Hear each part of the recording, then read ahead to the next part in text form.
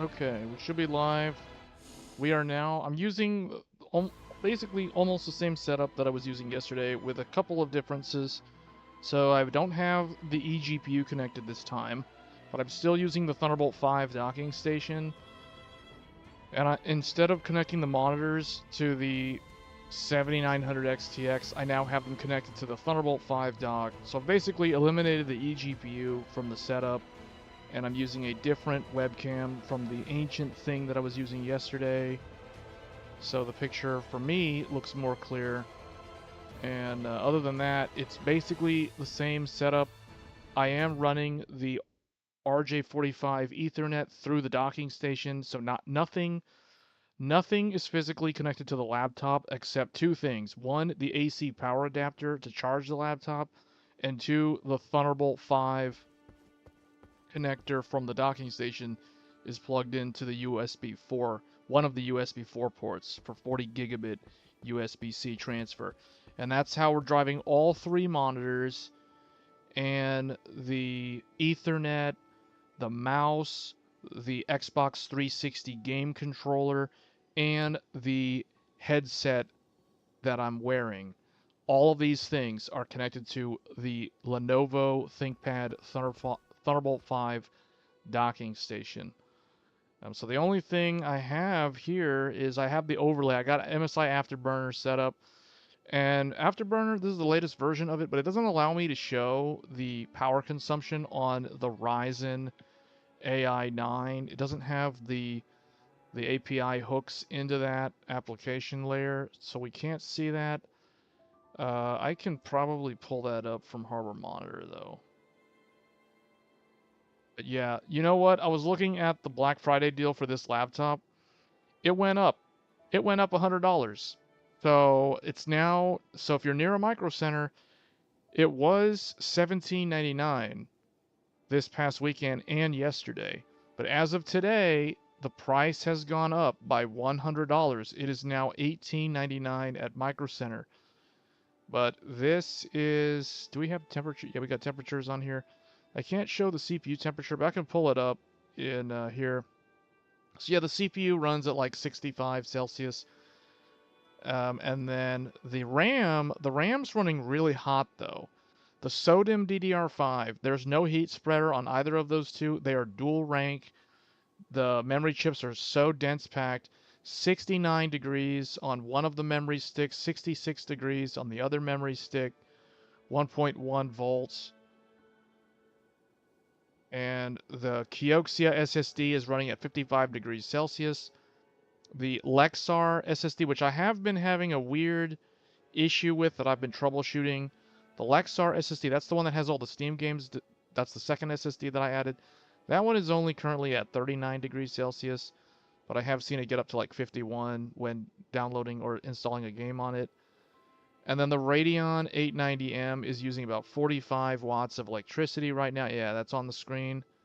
So how much is the Ryzen APU using? So Ryzen's using about, the core is using about 32 watts. So yeah, this CPU, man, the package power on the CPU is around 43 to 45 watts.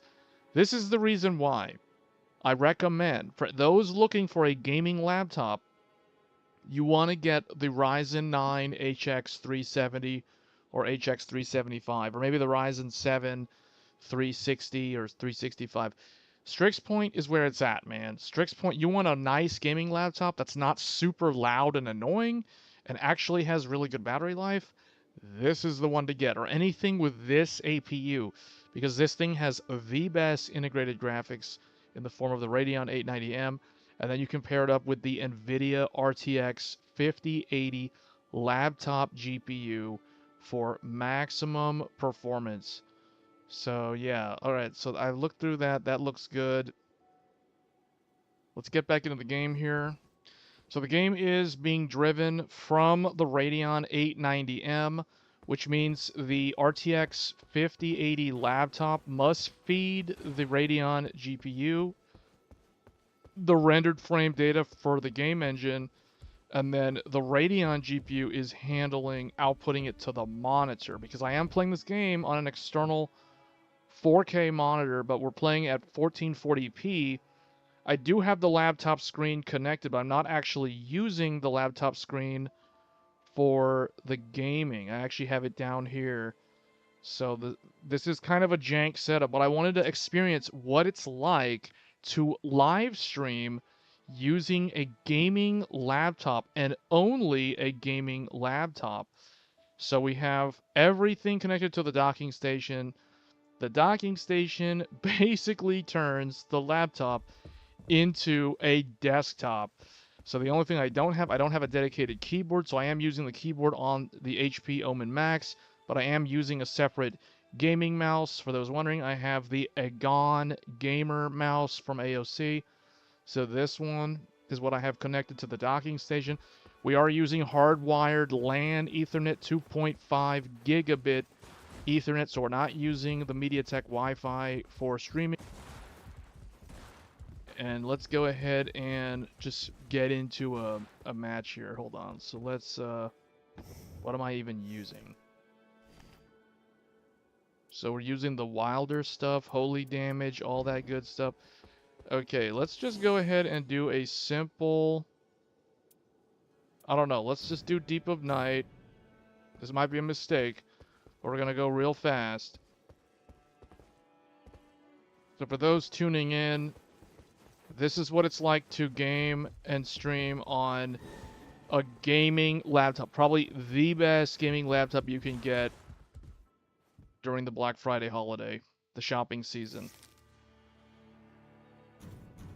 Because this is the only way to get an RTX 5080 laptop for under $2,000.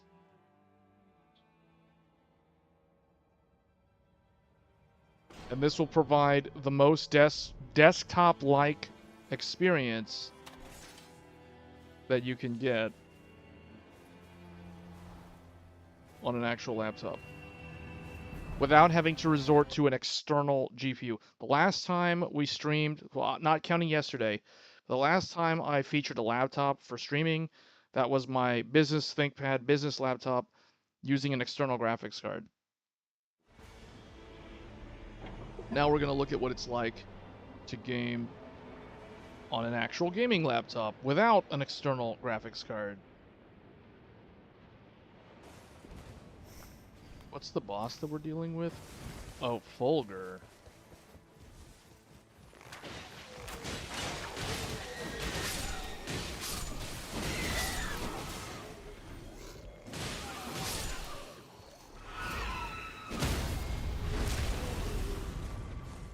They have to lower the settings. I didn't realize it would be this hard to run. I guess improve critical hits. Can you look at the Nemo laptop from Best Buy? What's a Nemo laptop? I've never heard of that.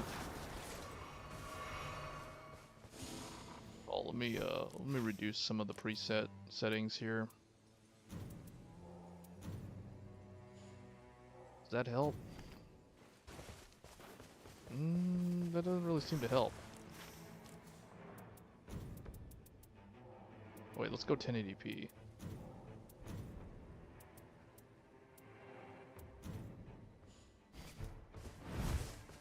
It's weird. It doesn't seem like it helps either. We'll have to go look into that. Oh, that does help, sort of, but why are we stuck at like 40 to 50 frames? Hey, Francisco. We are playing this on a gaming laptop. I'm actually using a gaming laptop for once. The last gaming laptop that I had was the Lenovo Legion 5 from 5.5 years ago. I got it in the summer of 2020, so it was literally the summer of the pandemic was when I got my first gaming laptop. So this is technically my second gaming laptop.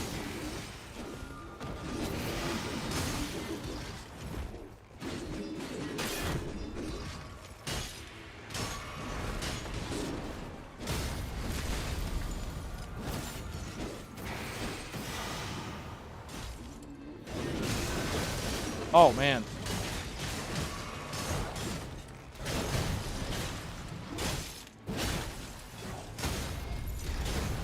Got him.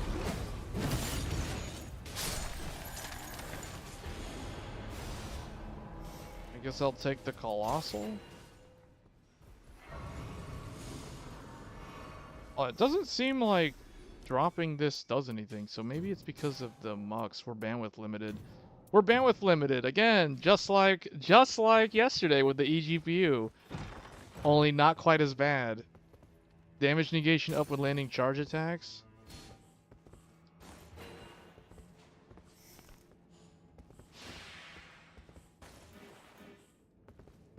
I don't really. This one.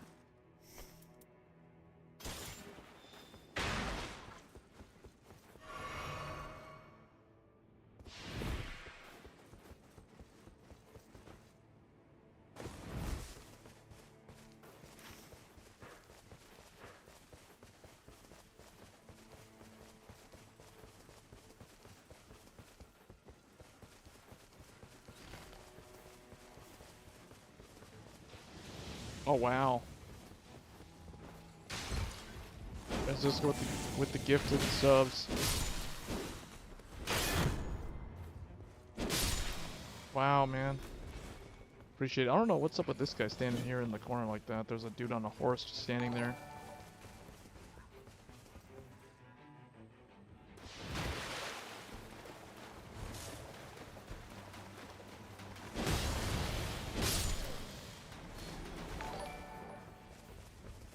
Wow.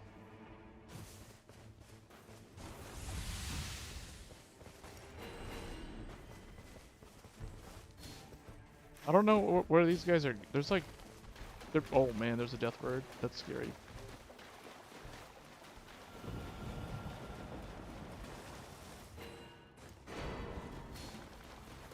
Appreciate it, man. I don't know what to do. These guys are pinging two different areas. Someone's saying go here, and the other guy's saying go over there. Someone's saying go to church, and the other guy's saying go and do whatever this is.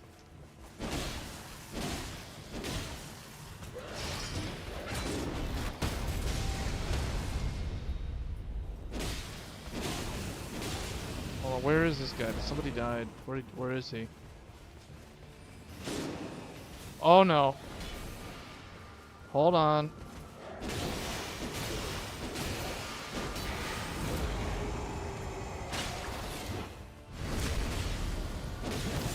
Man, these guys are really hard to kill.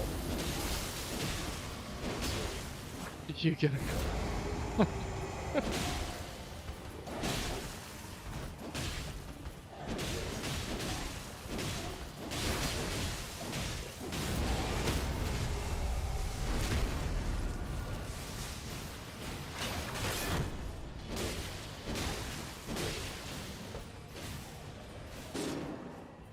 Who keeps dying? Oh no.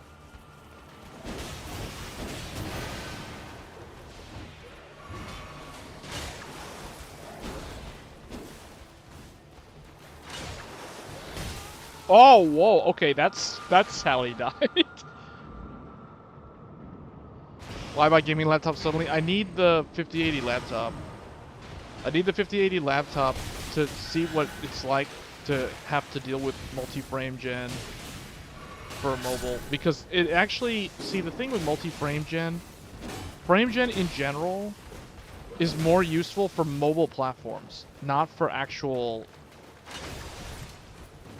desktop. Yeah, we wasted way too much time on this.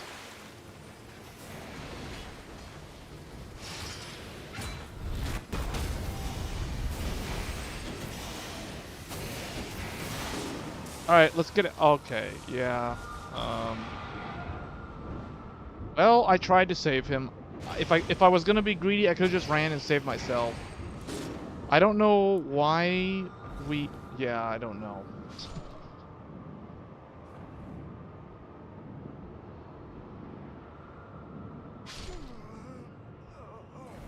What I'm going to do after this run, we're going to do another run, but we're going to actually connect the GPU directly to the monitor.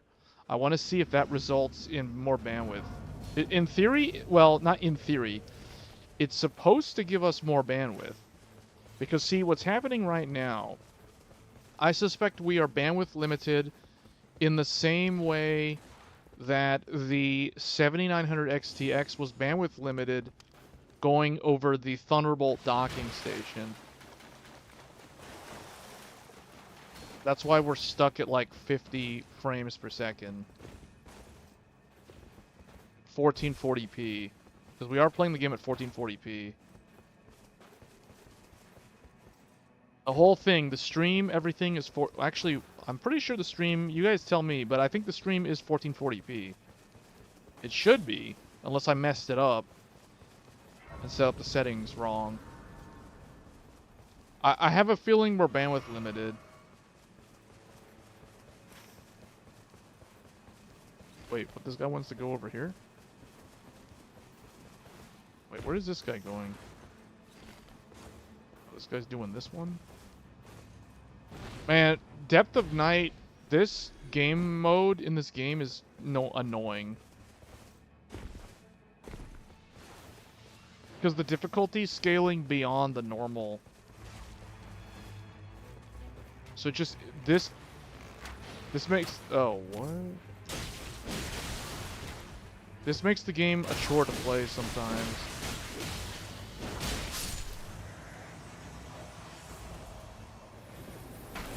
The heck? Who did that?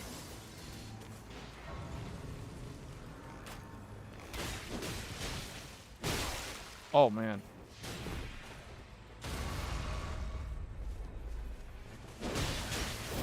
Oh, whoa, whoa, whoa, whoa, hold on. Calm down, calm down.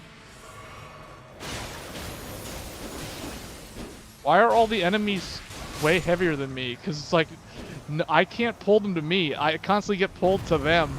That means that they're heavier than me. Yeah, when we connect to the HDMI on the back of the laptop, we're going to be going direct to the GPU. Right now, everything that you guys are seeing is running from the Radeon 890M, the most powerful mobile graphics processor, with the one exception being like Strix Halo, which this is not Strix Halo.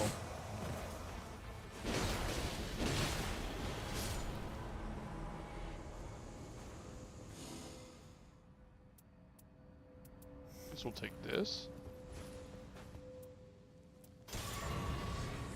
Alright, we're using a Colossal. I'm level 2.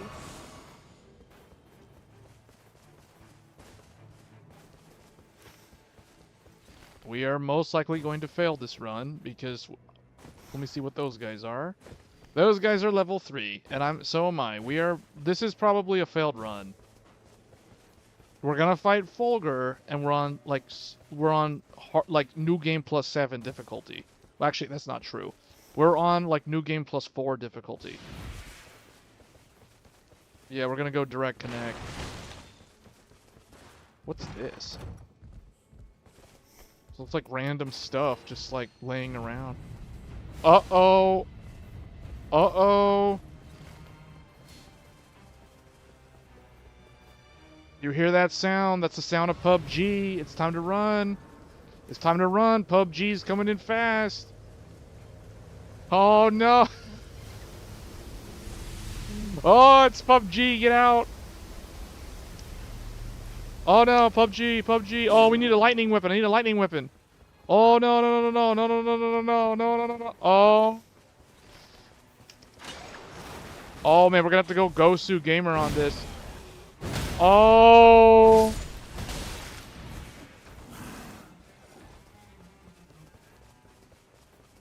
I see it.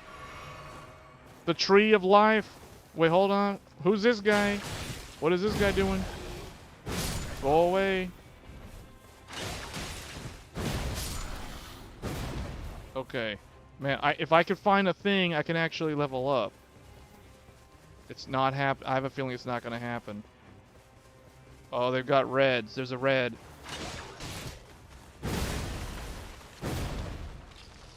I don't know.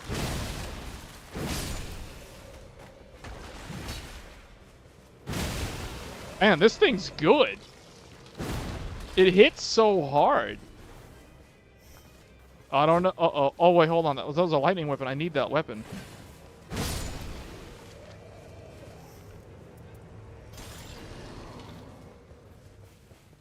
Is that lightning?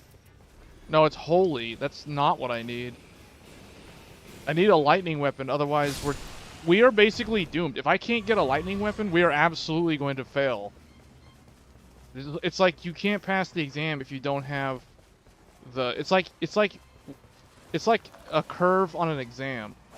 If you don't have a lightning weapon and you're not prepared for the exam, that's like going to the exam with no curve. There's going to be no curve. If you bring a lightning weapon, you at least get a curve.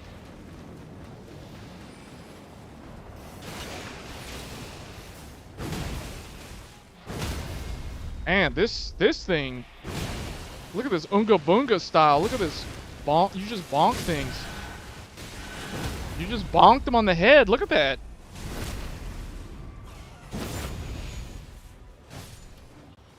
Oh. Oh, I keep interrupting this giant rat.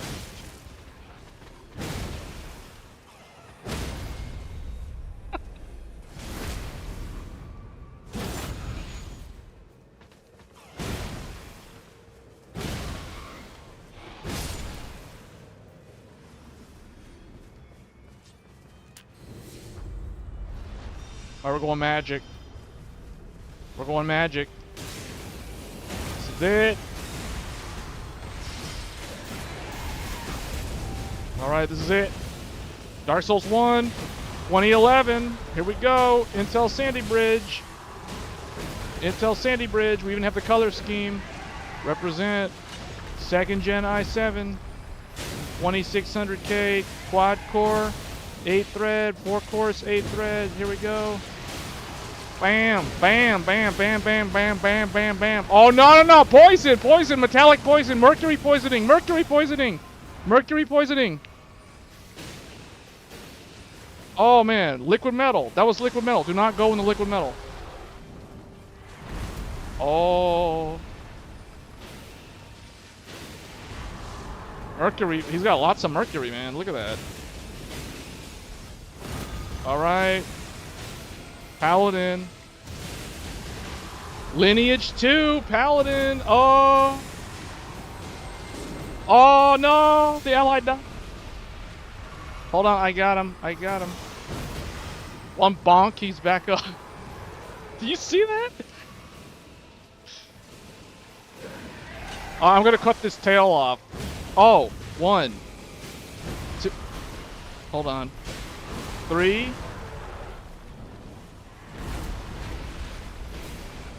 4. 5. Come on. 6. I didn't break the tail. 7. 8. How do you cut this tail off?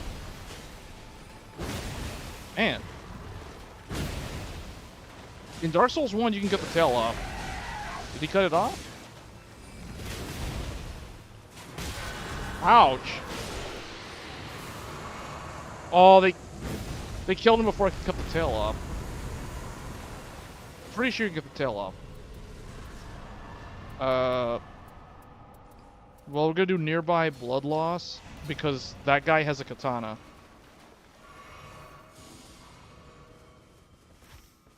Okay, I need to get... Yeah, we need to get the the lightning weapon. Otherwise, Oh! There's an angry moose! There's an angry moose! Whoa! Angry moose! Angry moose! He's not happy! Get away! No, run away, run away, run away. Oh no, he doesn't like me. Uh-oh. Oh, the music of the moose.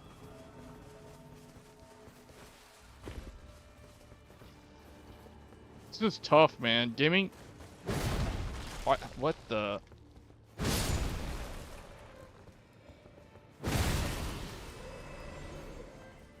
Alright, we're going in. Man, playing this game, playing on a gaming laptop, because I don't normally play on a gaming laptop, now I get to know what it's like being a gamer that games on a gaming laptop. It's not that good, actually. It's certainly not that good. It doesn't feel like a first-class experience. Oh! Whoa! Oh boy. Whoa! Hold on, I got you. Hold on. Oh no, my other ally died. My other ally died. I don't even know where he is. Where is he? He's up here. Oh no, it's like Qui-Gon fighting Darth Maul, and he got cut in half. Wow. Okay, I got cut in 3. I didn't see that guy. I got killed by someone in my blind spot. Okay, transform. Zarbon transformed. Zarbon, go. Go. Yes. Oh yeah, big damage, big damage. Hold on, I'll put something on the ground. I'll put something on the ground. I'll give us some... Okay, look, there you go. Okay. Where's the other one? Oh, this guy.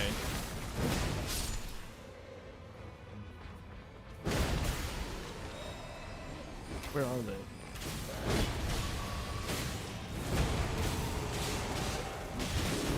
Oh no! Hold on, hold on. Kamehameha. Ooh, a red. Frenzied Flame? No, I'm taking this Lightning Crusher, Colossal. I'm going dual Colossal. Yes! Look at that. Now I have double bonk. This is ridiculous, dude. This is the weirdest run I've ever done in this game. First of all, it's the weirdest experience because I'm literally playing the game at like 50 frames per second. I feel like it's like I'm in the European Union back in the 90s when everything was like, you know what I'm saying, like 50 FPS PAL, like the PAL regions. I feel like I'm playing on a PS2 in the PAL era in like the early 2000s, Region 3, whatever the European region lock was. Where are we even going? I don't even know. Oh, they're saying to get on the tree. What's this guy? Okay.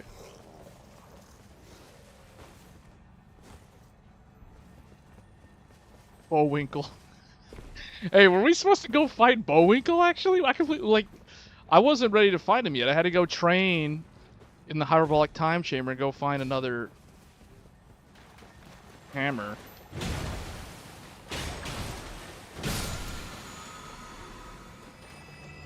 Ooh, that's good. That's better than this.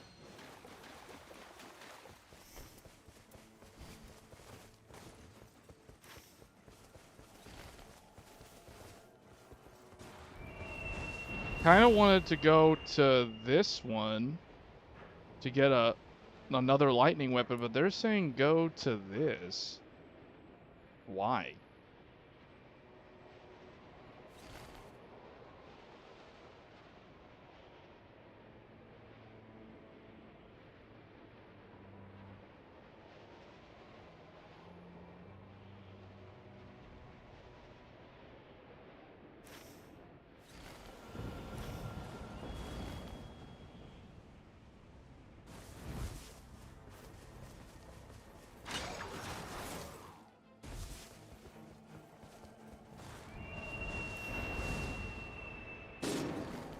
The heck? Uh-oh. Hold on, hold on. Okay, I'm coming in.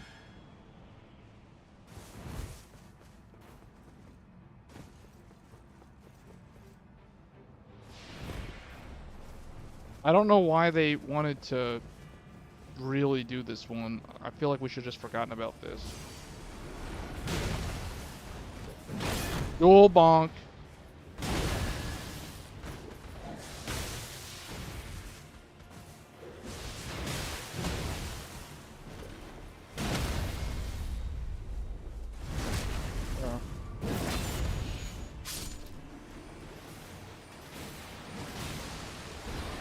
There. None of this stuff. I guess gain 10,000 runes. Oh, Oh, we failed to get the guy down there. He could have given us something. He could have traded for something. Why are we going to the holy place? That's so dumb. No, dude. Go to the middle.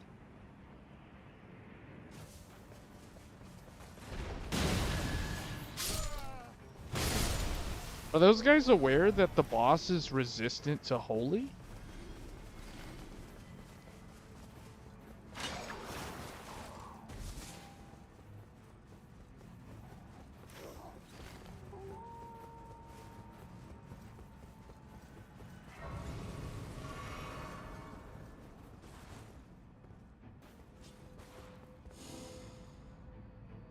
Oh, I like that continuous. Poison buildup when below max HP. I guess I'll take this one.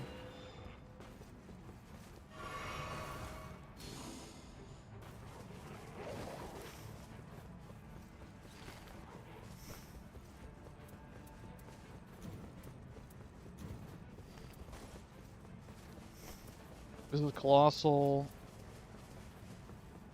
Colossal. Where are they? Oh, they ran all the way over here.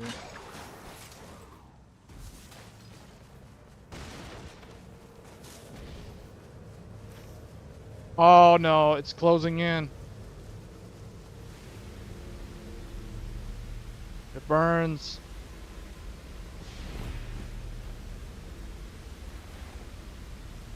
I don't know why. I don't know why they insist on coming down here. It's whatever. See, yeah. Oh no, it's him. It's him. We're dead. We're dead. We're dead.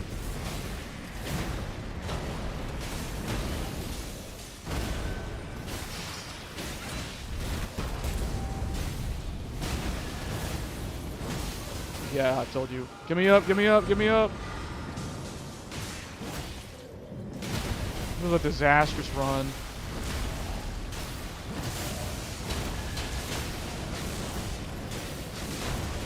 Wow. Well, at least I put rot on him. I got rot on him.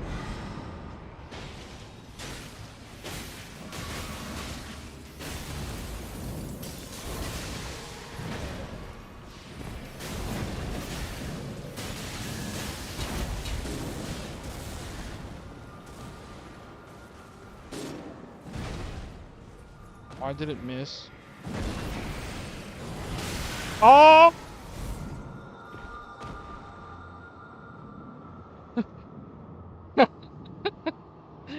He got poisoned. He first got rotted and then he got poisoned. So he's still taking damage. Oh, this is so bad. We're playing the game at like 50 frames per second the whole time. What is this guy? What is this guy doing?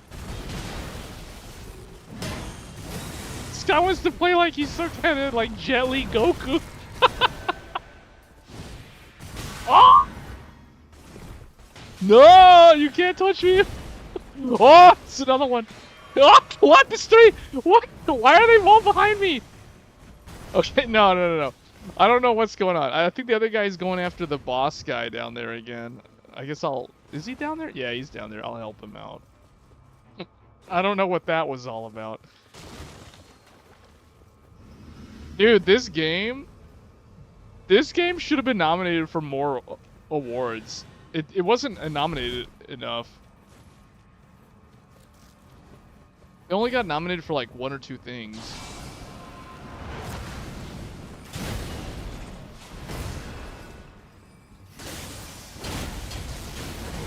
Oh, see, look at that. No iframes. No iframes. He just is like, no, you don't get iframes. You do not get iframes. No, he should be attacking the guy, man. Attack the guy. Oh, wow. Okay, yeah.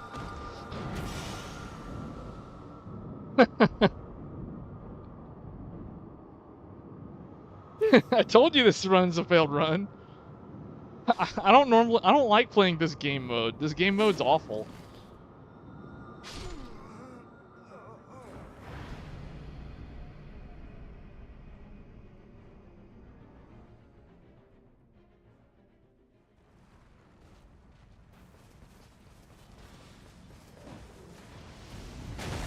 Yeah, that's not good. Time to go.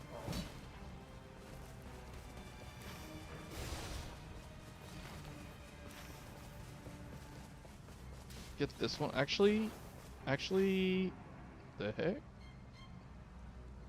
What happened to the game?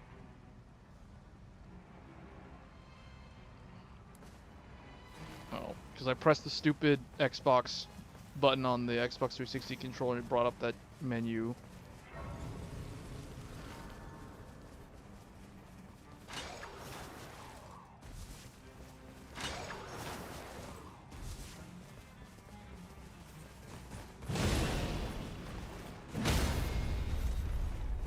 Look, that guy didn't even die. That's what's so sad. It's already closing on us. It's already closing. There's no point even coming here. Let's leave.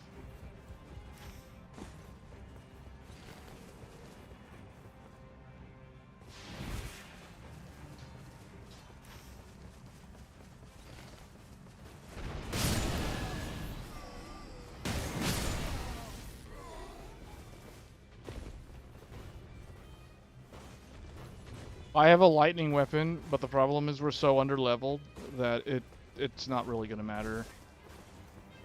We're going to be getting one shot from the boss.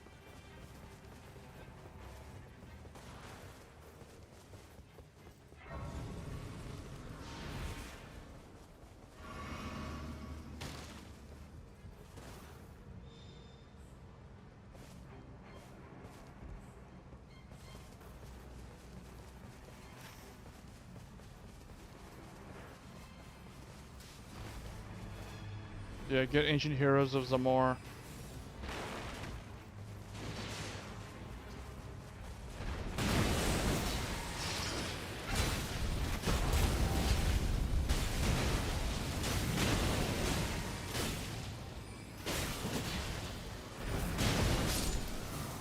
There.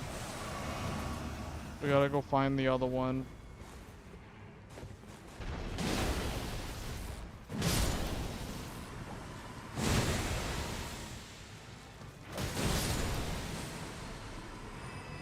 Whoa.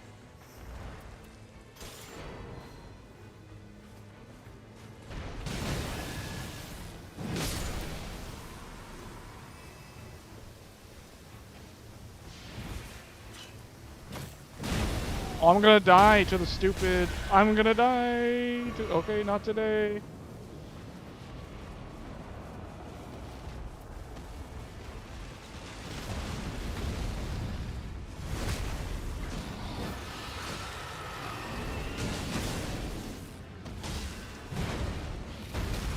Oh, I got poisoned because I wasn't at max HP because of the debuff.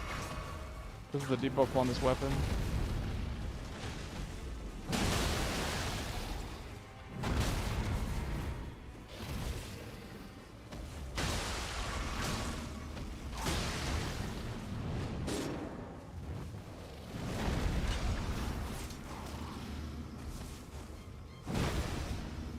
Why did that not connect? Oh, there's lag. It did connect, but there was lag.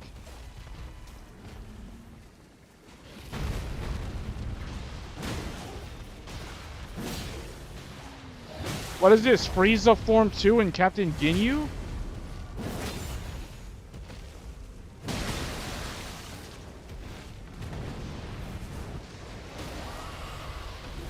Oh boy. We got him.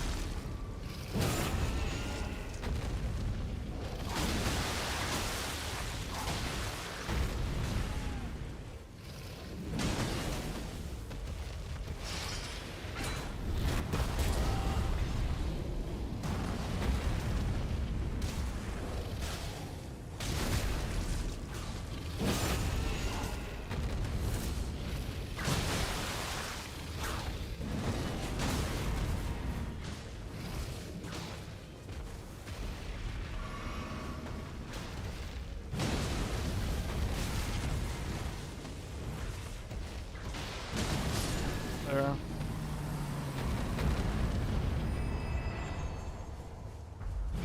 Okay, maybe we have a chance. Well, I'm completely out. I'm completely out. I don't have any more healing items. Oh boy, this is not good. Oh man, it's Nameless King. It's Nameless King. I'm going in. I have no more healing items.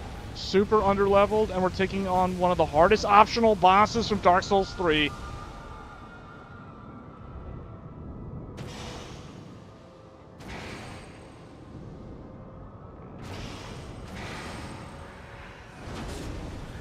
Oh, he saved me, but then he got killed. Hold on, I will save you. I got him up. Oh no. Oh man, he got me back. The Nameless King.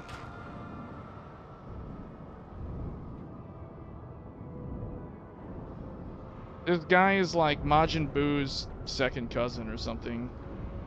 Like, I don't know. This is known as the Impossible Run. This is the Impossible Run. We're totally gonna like exit out of the game and change so that we're not gonna use the mux. We're going straight from the GPU to the monitor after this because we're losing so much bandwidth. Oh, I told you. Oh, the samurai dude quit out. He didn't even stick around. He didn't even stick around. He was probably lagging. He was probably the guy that was lagging because I tried to save him and then he lagged and then he revived and then he quit out. Yeah, that was known as the Impossible Run.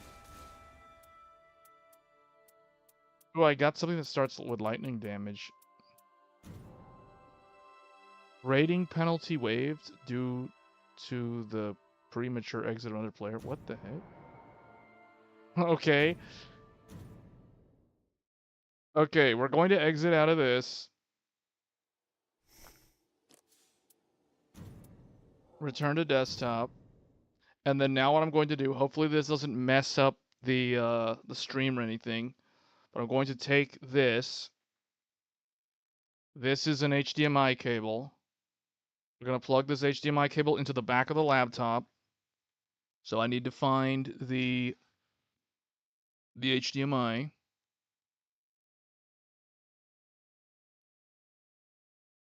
There it is. Plug that in.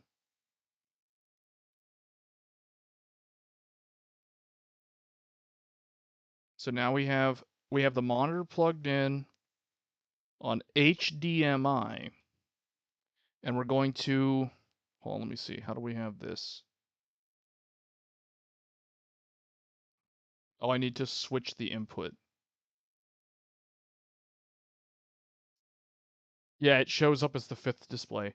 So what I need to do now... Oh, that's weird. That's weird. Okay, we're going to unplug. I'm going to unplug. Hopefully this doesn't mess up the stream. It shouldn't. I hope it doesn't. We're going to put this guy here. Who's who on this? So this is 2 and this is 3. We're going to put this like this. We're going to swap the changes back to 1440p. Because it's a 4K monitor. Move the laptop display underneath. And then I need to... This monitor is dumb. It doesn't have an auto detect.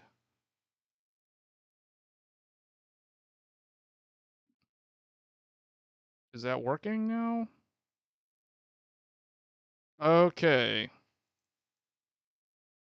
Crank up the refresh rate.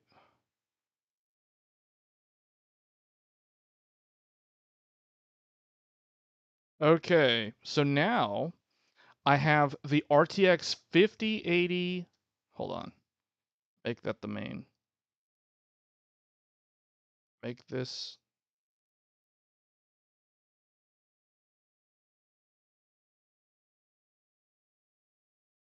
Why am I unable to set this to make this main?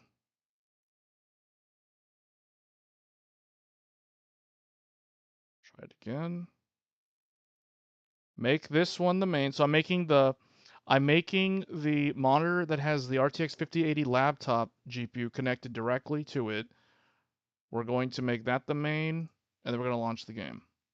So now the game and the output to the monitor that the game is going to be displayed on is going to come straight from the 5080 using the hybrid Optimus technology with the Radeon 890M driving the laptop screen and the left and the right monitors, because for those that don't know, I have a quad display setup right now. We have the laptop display, we got the laptop display which is 1600p, 240 hertz. That is connected to the Radeon 890M, and then we have the left and the right Asus 22-inch 1080p monitors also connected to the 890M via the Thunderbolt 5 docking station. And then I have disconnected the DisplayPort from the middle monitor, the big 4K monitor, and I have that now connected via HDMI to the RTX 5080 laptop. So now we should, in theory, get better performance, hopefully. So I'm not going to change any settings. All I'm going to do is basically... Okay, we got these two on hard mode. Yeah, we're just gonna do a run. Hold on. Let's make this more ridiculous. Well, whatever. We'll just do auger. It doesn't really matter. So let's go outside real quick. Let's see if we're gonna get actually better performance this way. Hopefully we do. I don't know.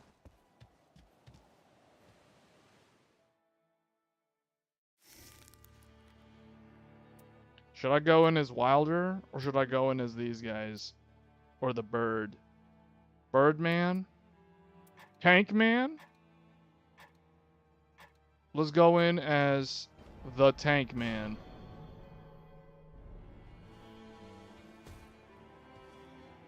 Okay. Let's see. Hopefully this works better now.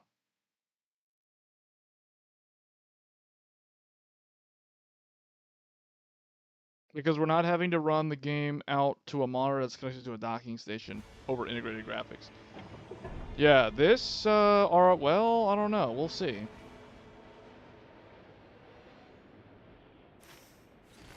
I didn't change any settings. I think we're just going to keep it the way it is.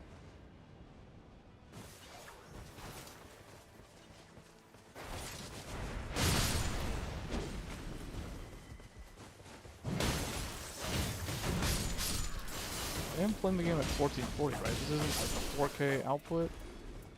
Okay, 1440p. Yeah, 1440p. 1440p on a laptop. This is the true experience.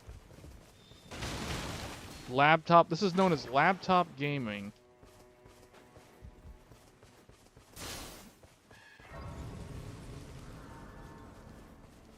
Because I'm trying to figure out, is it worth getting a gaming laptop?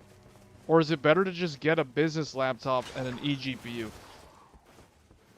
Now, the latter will probably cost more money. Business laptops, for what you get, are typically more expensive than consumer gamer laptops. But that's because they're higher quality and they last a lot longer. Okay, this thing is really annoying. Okay.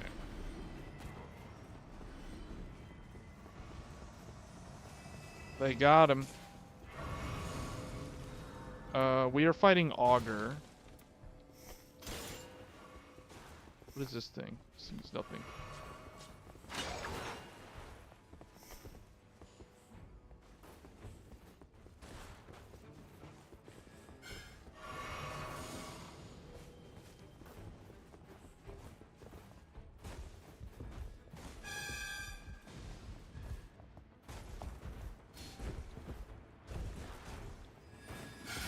Oh.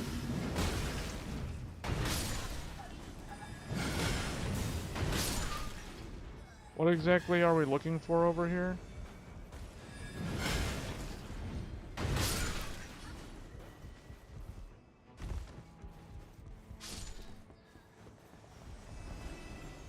Oh, stuff.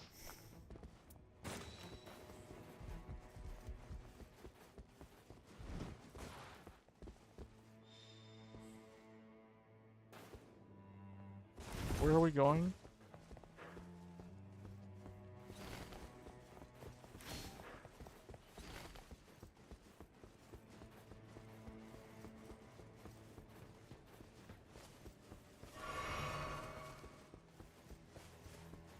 Yeah, the game is running better.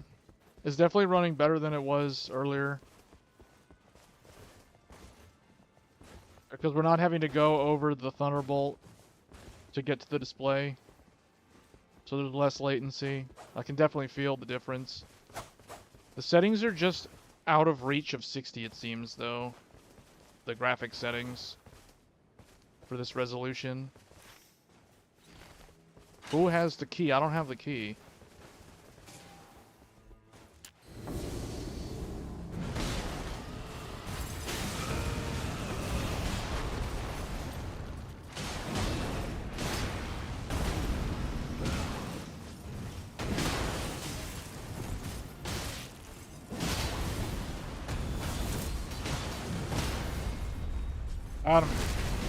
This time I'm actually a tank. Like I'm legit tanking this time. Real tanking. None of that fake stuff from earlier. This is the real deal. Man, this audio is loud. Okay.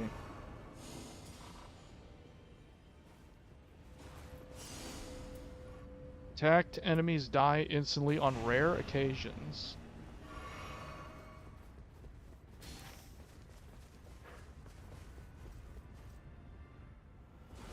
Oh no. We should get this, guys. We should get the church. It's gonna close in on the church. They want to get the cave.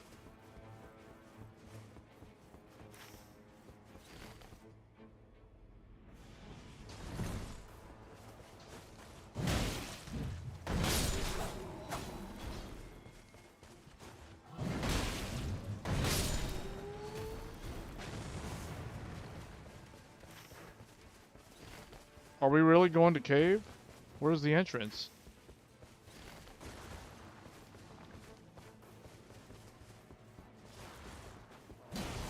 Is it up here?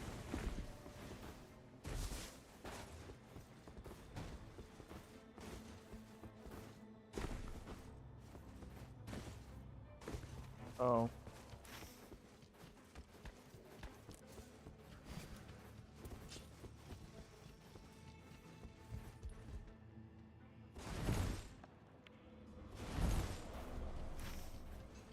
We gotta move fast. We don't want to stay in here for very long.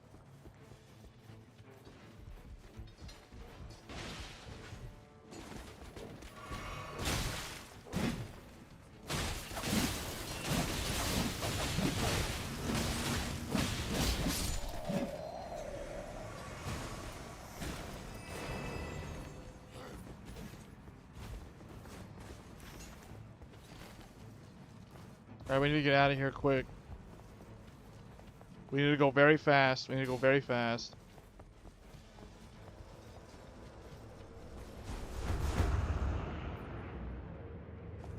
Oh, you can hear it. Whew.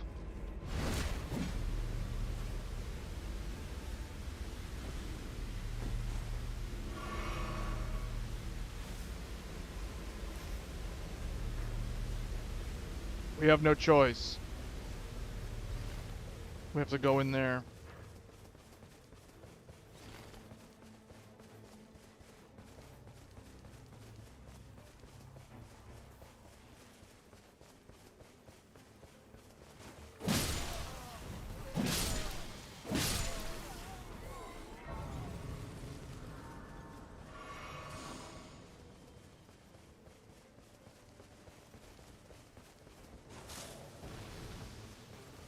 Where are we going?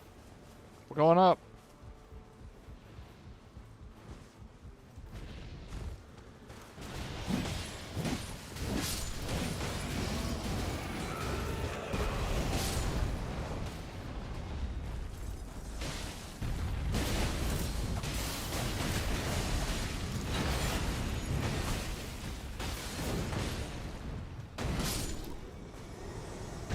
Alright, very good.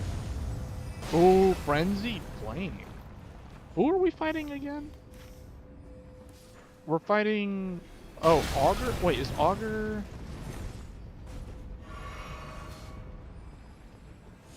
You know what? I'm gonna get it. I'm gonna take it. Frenzied Flame.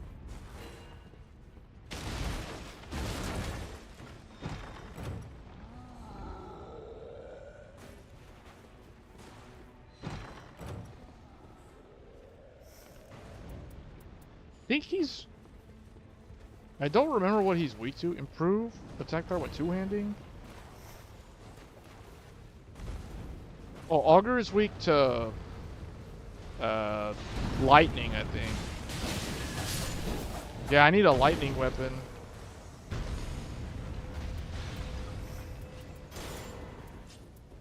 Wait, do I have a lightning? Oh, I do have a lightning. The katana, which is not for this guy.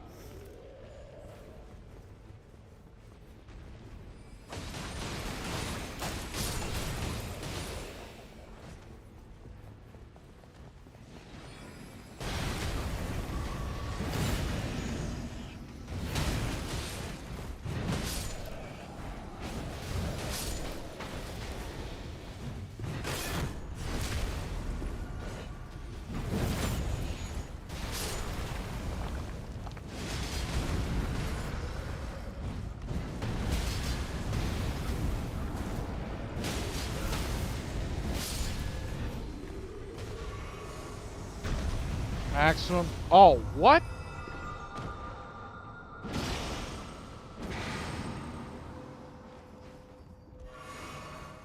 Maximum HP raised.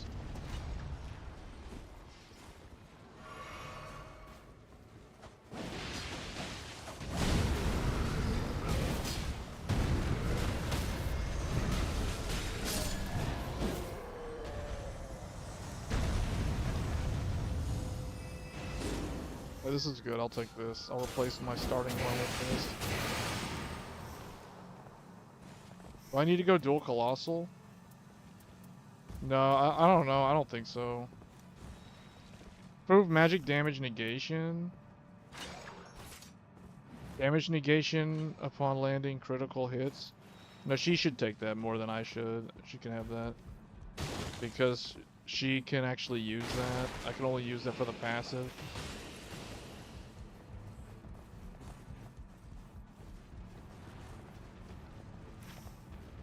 Wait, what's this guy doing way over here? Man, I need to go level up something.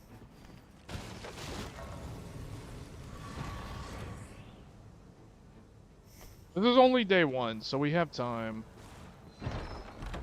Ooh, what is this? Improved charge.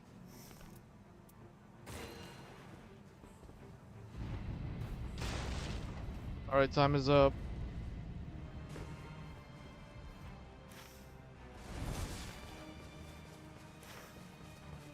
Can I make it in time? I don't know. I don't know.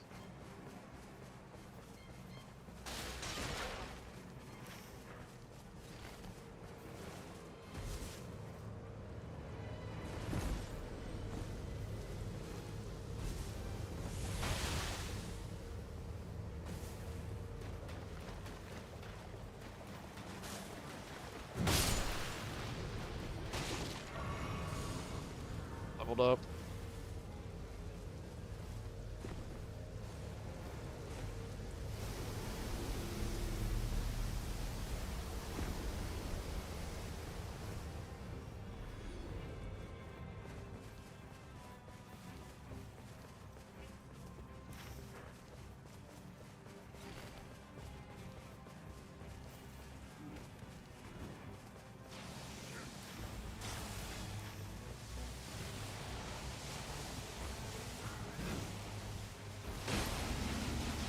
I think I can get him. I think I can get him. I don't know.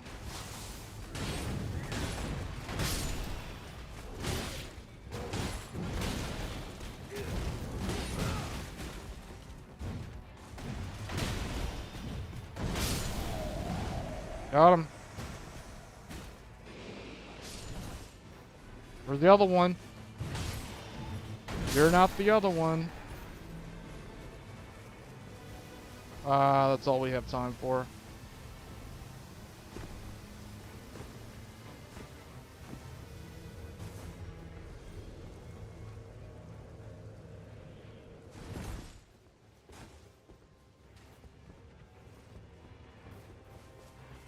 Should I even be going over here?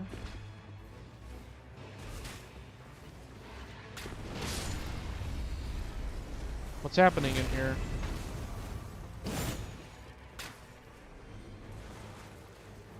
What the? Oh no.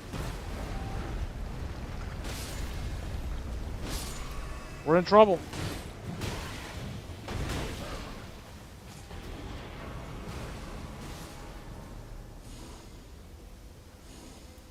Raise physical attack. Let's go.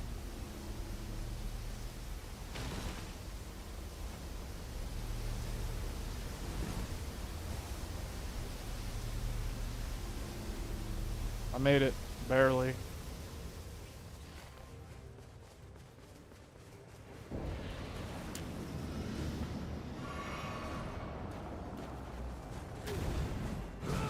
Oh, I messed that up.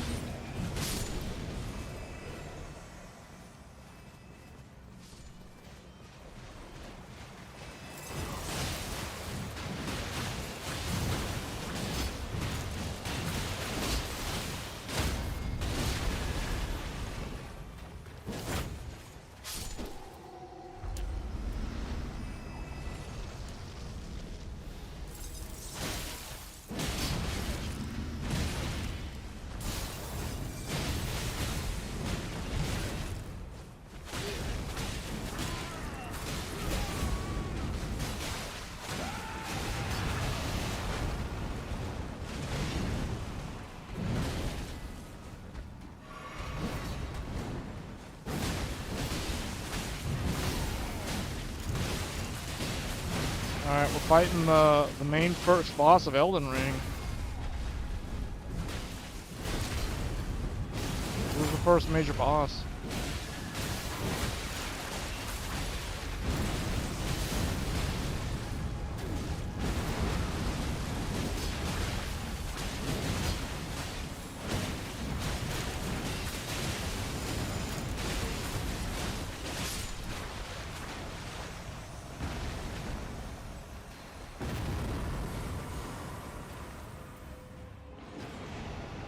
We'll take flasks. We don't have a special map, do we? No, there's a regular. Okay, Augur is weak. We need to get these camps. We need to get these camps, man.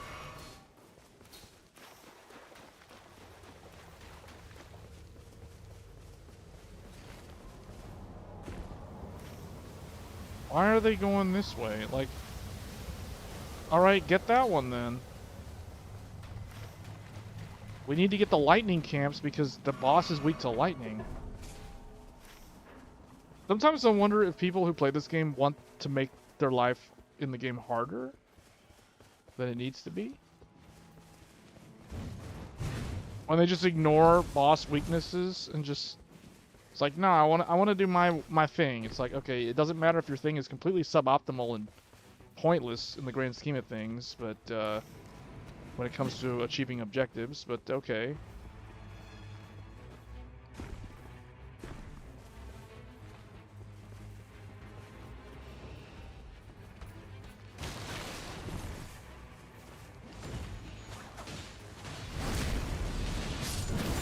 There. Ooh. Wait, what the? What? No.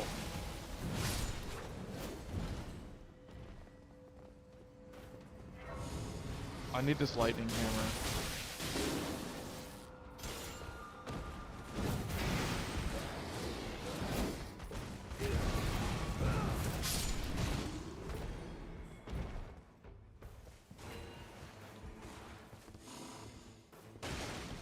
What is this? Attack power while two-handing. Improve lightning attack power. I think I'm going to take lightning attack power. In fact, put that here. I need to remember to upgrade that.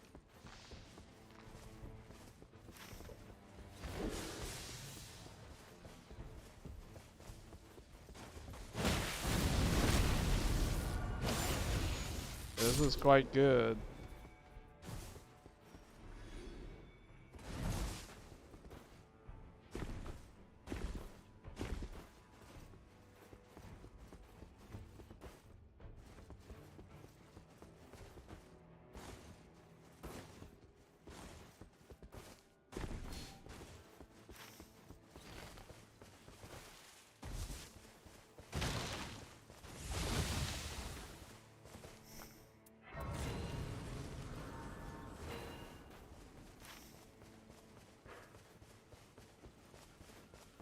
I kind of think we should have gotten this for a chance of getting another lightning weapon, but okay.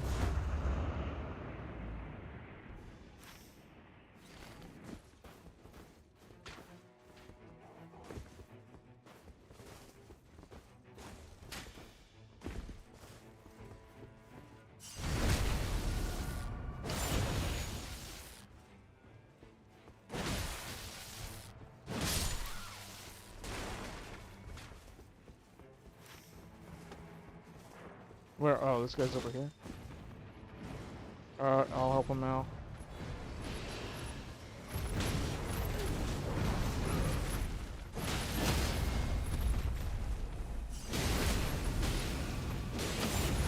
Elder Lion. Great Hammer. Dagger. Lightning Dagger.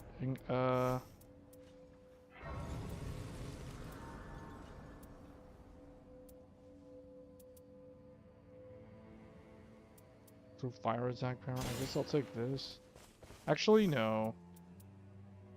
I need to have this thing. Technically, I don't need the claws.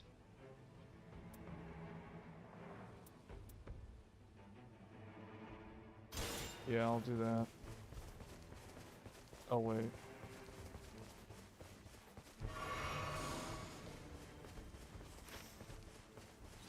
Okay, so I've got a colossal. I've got a hammer that's lightning. And I have some katana that powers up lightning a little bit. And then I have this frenzied flame.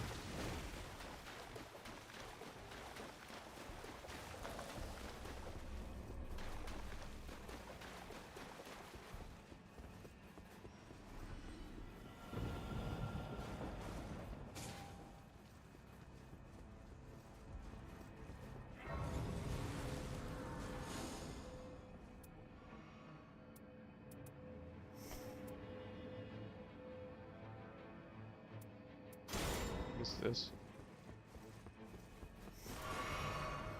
Great hammer.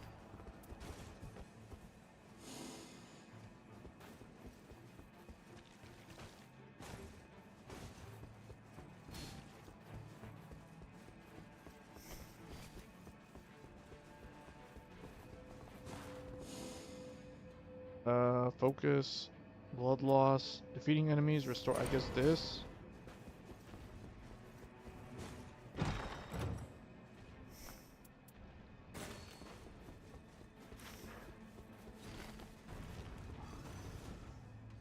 Oh, they're up on the roof.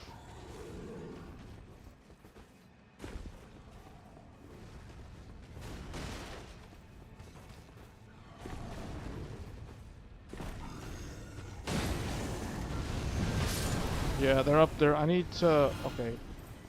After this, I need to upgrade my lightning hammer. If I don't get something better from this thing. Oh, it's this guy. Oh, wow. Oh, boy.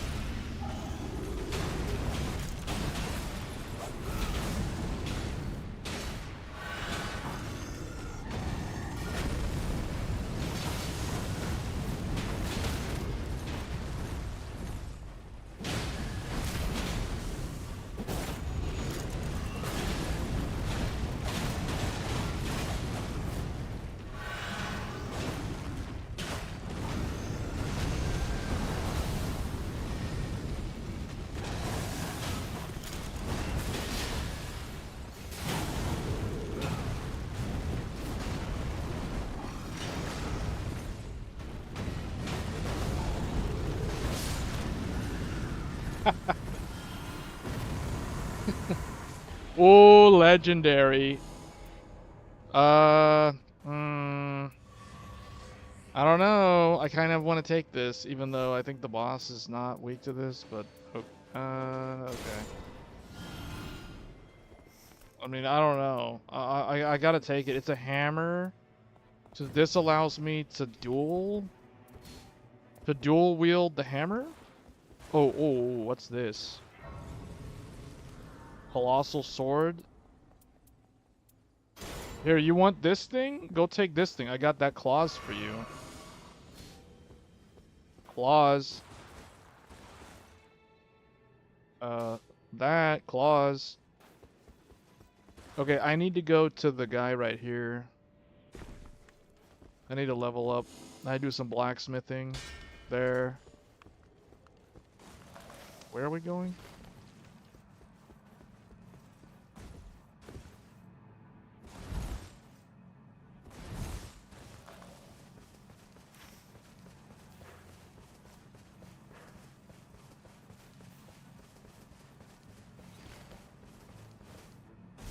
I'm just gonna do dual hammers.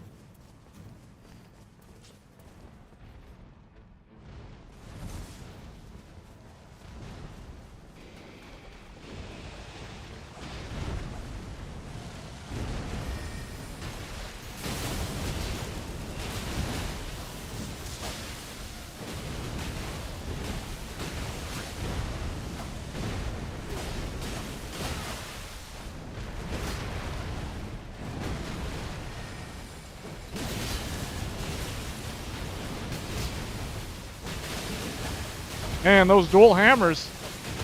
Oh!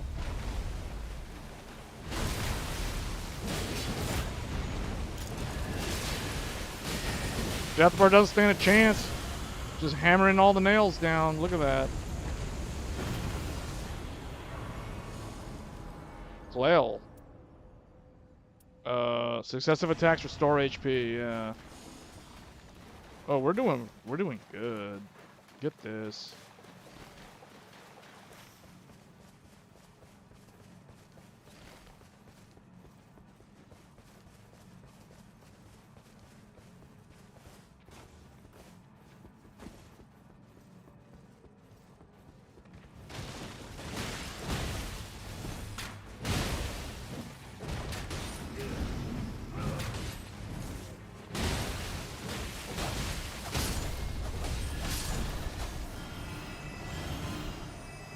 Wow.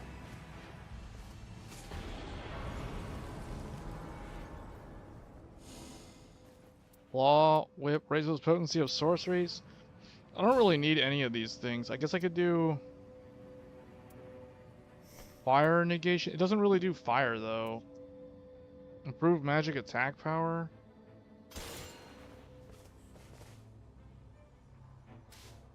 There, if anybody wants that thunder weapon.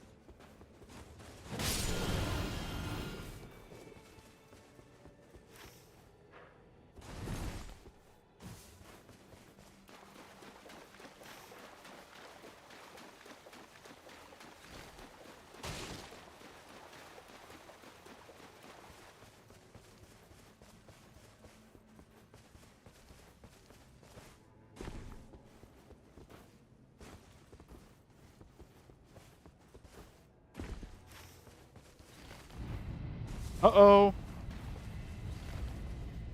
Can I get in here?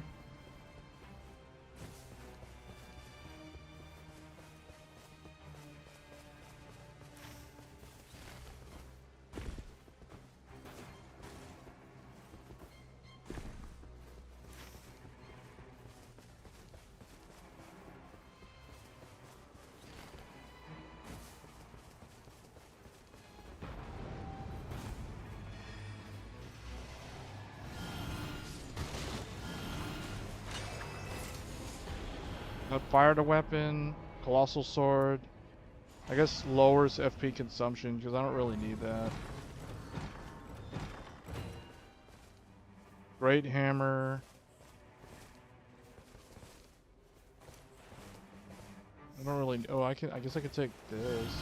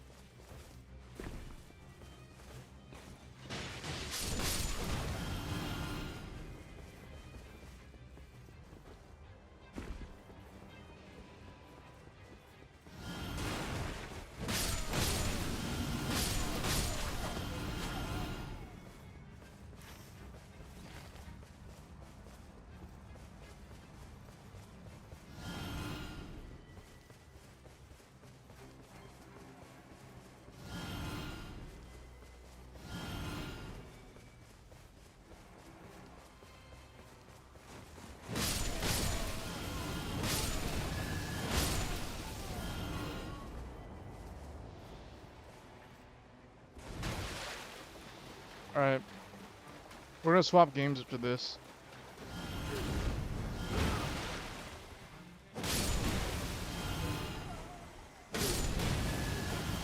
Wow. Oh, the thing that said they die randomly. That's what made that die. I was like, wow, I barely even did anything and that thing died already.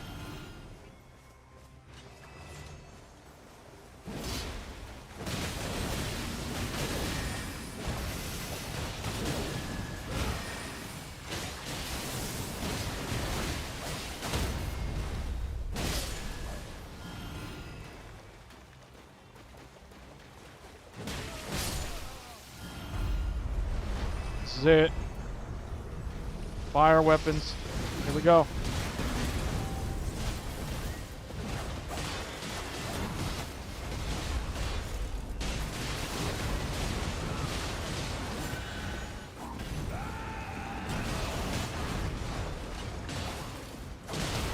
Oh, man.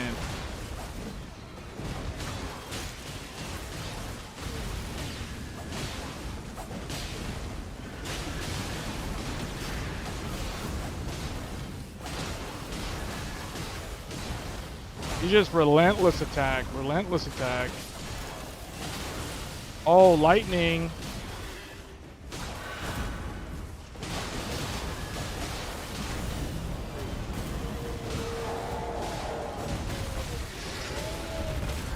Oh, man. It's like, no. No, it's like lightning. Lightning.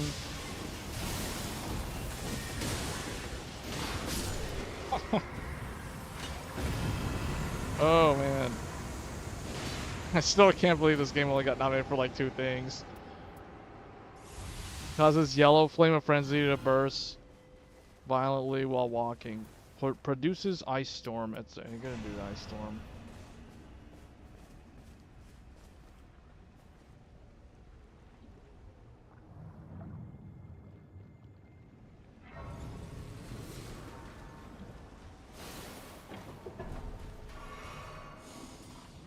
Almost level 15.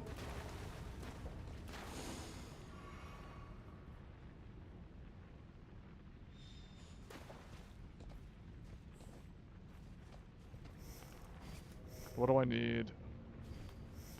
So I think I just kind of want these to go instead of this. And then I guess I'll take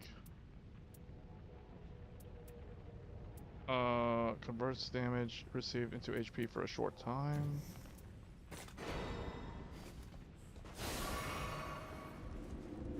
Alright, this is it.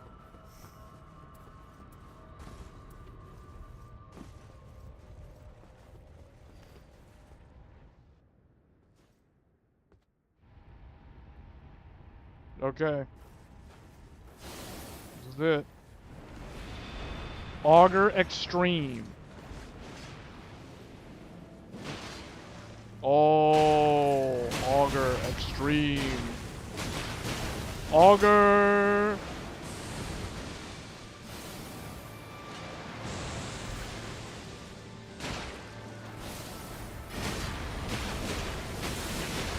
Oh yeah, oh yeah, oh yeah, oh yeah, oh yeah, oh yeah, oh yeah, oh yeah, oh yeah, oh yeah. Lightning. Lightning. Oh. Oh. Lightning. Oh. Everyone put it down. Oh. Okay. I don't need this thing. Oh yeah. Oh yeah. Good stuff. Now that's what I'm talking about. Oh!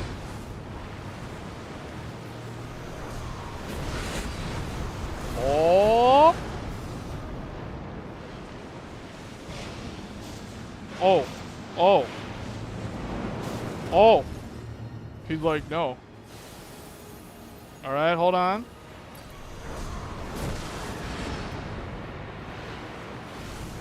Oh! Nope. Oh. How you sell your old PC parts? I don't sell my old PC parts. Oh. Oh. Oh yeah, Wada, stand with me. Stand with me. Rally to me, like King Theoden in Return of the King. Rally to me. Oh. Oh. Watch out. Watch out. Oh. Final Fantasy style. Final Fantasy 14, 2021 Endwalker. Heidelin Extreme. Oh. Watch out. Watch out. Oh, yes. Sense the power. It's following me, the wave. Sense the power.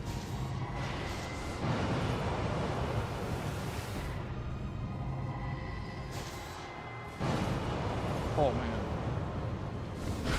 Sensing the power. Oh, yeah.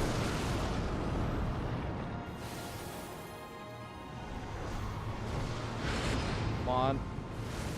Oh, yeah. Oh, yeah. Watch out.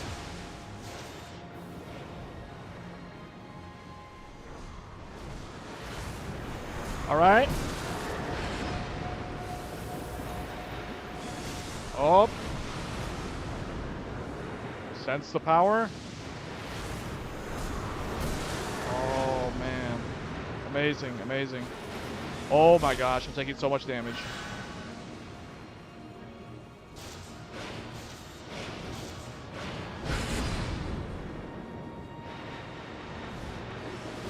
All right. Oh yeah. Oh yeah.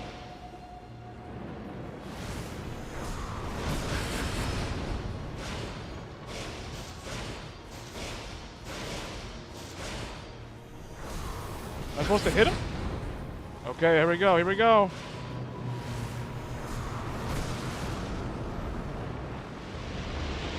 Okay, this is it. This is the mechanics of Heidelin from Extreme in Final Fantasy 14. Oh man, he knocked me down. Alright, I'm going in.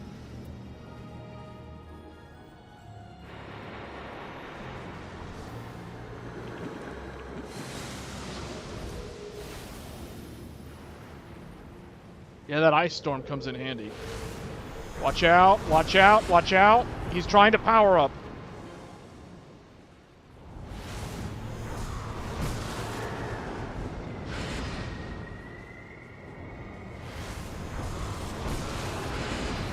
Oh, man. Oh, oh, tidal waves, tidal waves. Those aren't mountains, they're waves. Oh, Miller's Planet. I'm stuck in Miller's Planet. Get me out of Miller's Planet. Waves.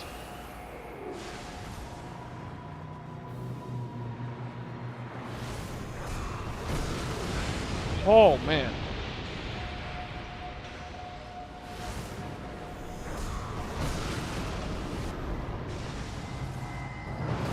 Ooh, it knocked me down. He got me good.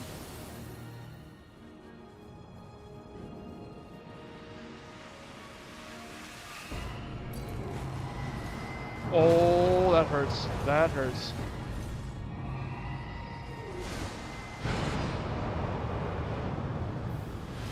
All right. Oh, I got him.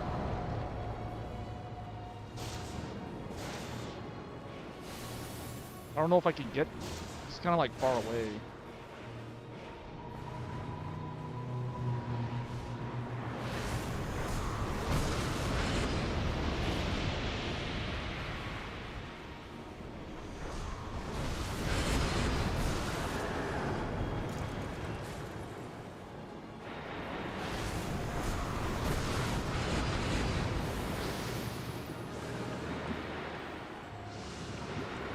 I really like the boss design in this game.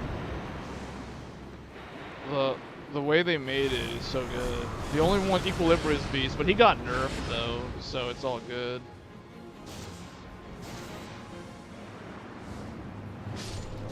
Got him. Oh, yeah. All right. We got him. Success. Success, people.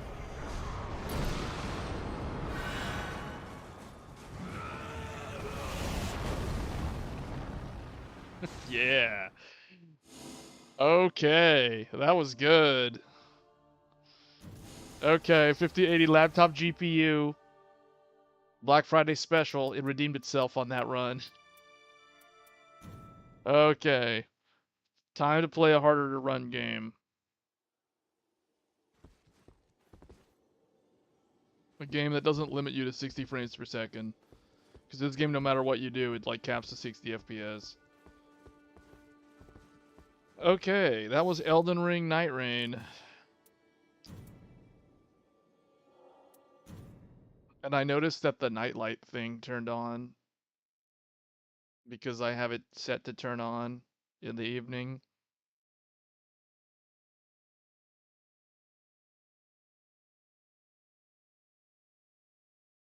Better turn that off for now. Okay, let's try... Let's see how Ninja Gaiden 4 runs real quick. Once this game exits out.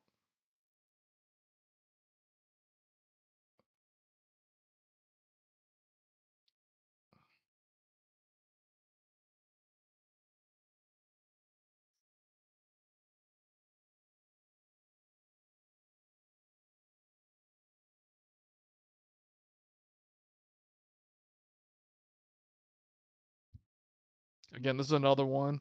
One thing I noticed, guys, is when you use the 5080, the fans on the laptop are much louder. They're much, I mean, they're not annoyingly loud. Like wearing headphones, it's not going to bother you at all. But if you're not wearing headphones, you can hear the fans. But they're not obnoxiously loud, and that's really because, like I said earlier, I said this yesterday, the CPU doesn't use that much power. You know, like it's like 45 watts. So the GPU gets the full amount of power to it, so you get the best performance from the GPU. Alright, this is going to be Ninja Gaiden 4.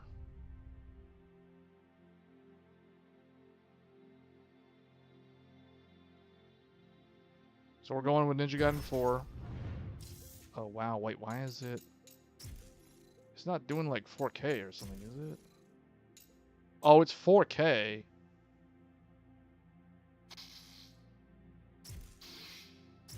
Yeah, we need 1440p.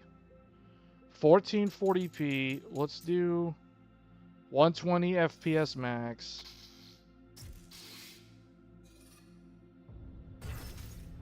We're just gonna do a quick, like, purgatory select.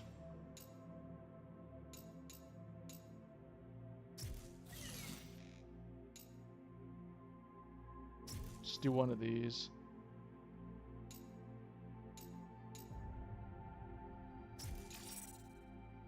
We're gonna play as Ryu Hayabusa and go.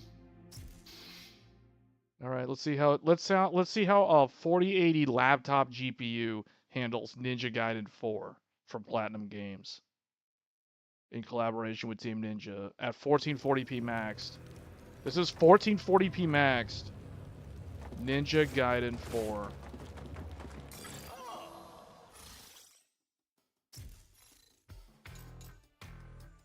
I guess we'll get one of these, I guess, just because I can get one.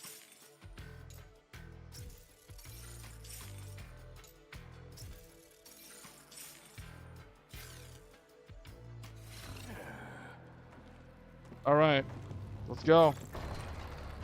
Dragon Sword style. This is it.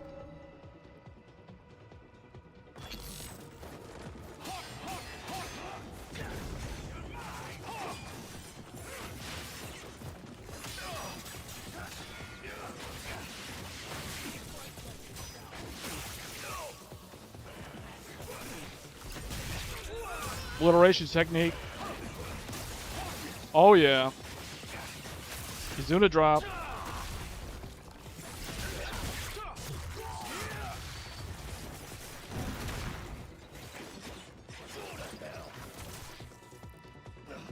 Ooh, the game like froze for a second there.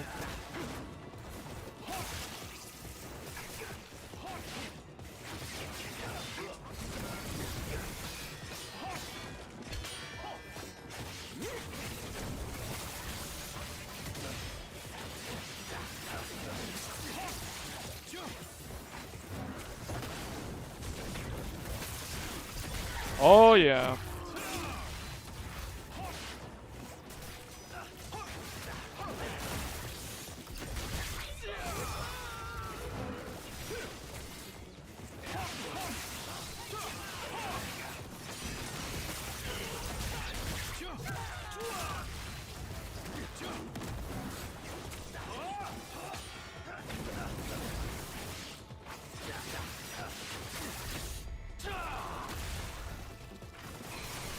Yeah, it's running good so far. 90 frames per second, 1440p maxed out on Ninja Gaiden 4. A game from, like, what, last month? Yeah, this was last month, October. It was like around before Halloween.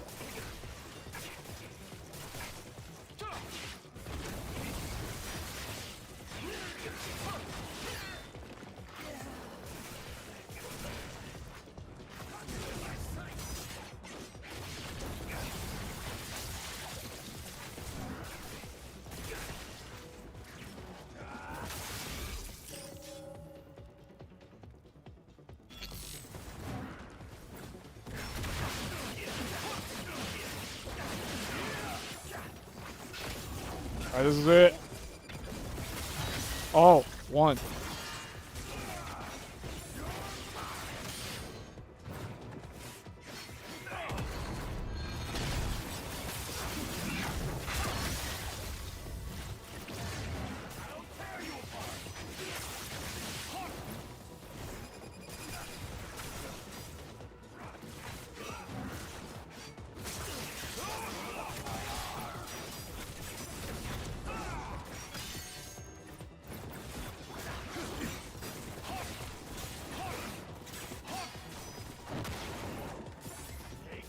I forgot how to use items. You just use them from here? I think there was a way to use them in the menu, but I can't remember what it was.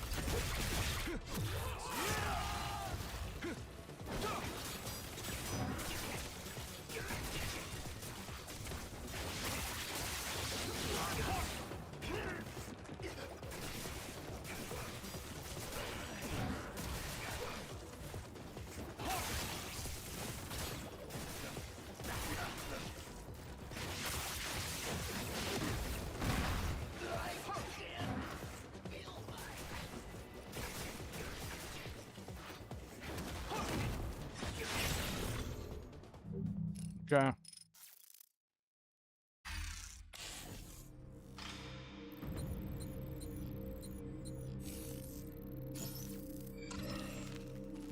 I was a little bit slow. I could have gotten a better clear time. Alright, well this game runs really good.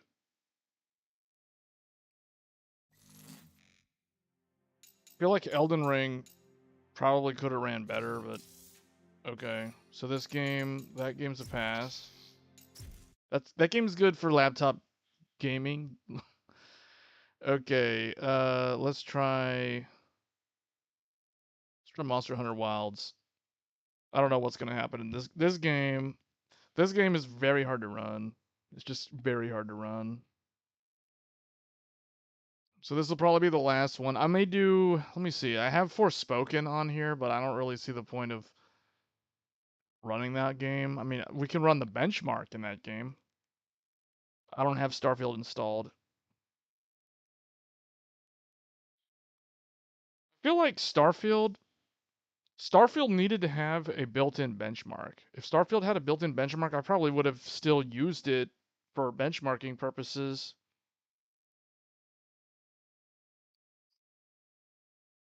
Because it doesn't have a benchmark, it's like, why bother? Like, who does anybody still play that game?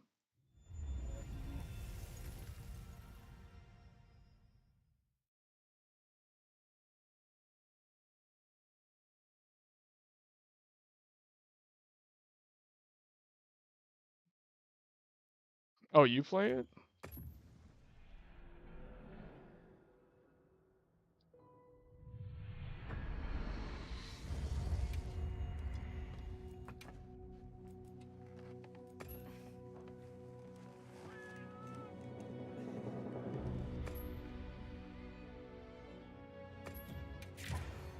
Well, why is this game not showing up?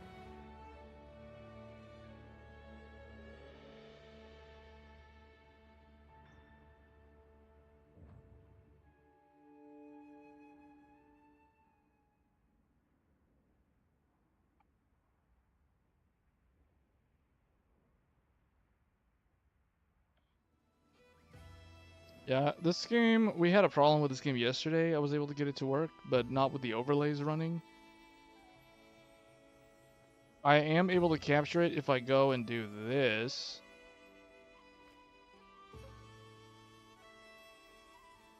This is not the ideal way to do this.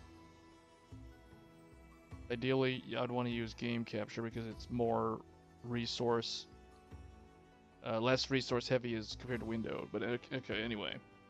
Okay, so Monster Hunter Wilds, 14. This is 1440p.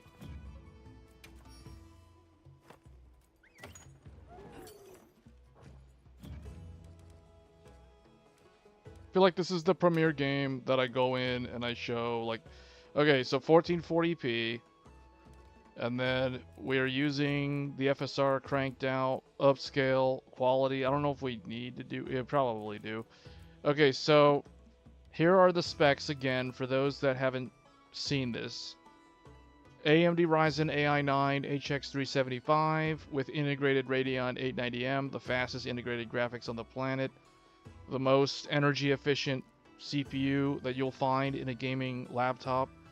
96 gigabytes of DDR5. These are SODIMM, so 2 times 48 at 5600 megatransfers.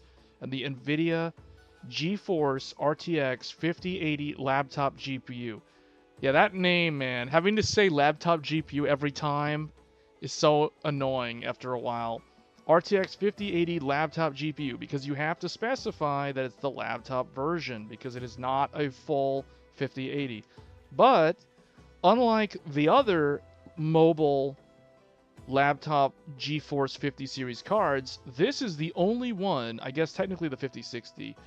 The 5060 and the 5080 laptop GPUs are the only ones in the lineup that keep their actual VRAM amounts. So the 5060 laptop has 8 gigabytes of VRAM. The 5080 laptop has 16 gigabytes of VRAM, just like its desktop version. Where if you have a 5070 Ti laptop, that one only has 12 gigabytes.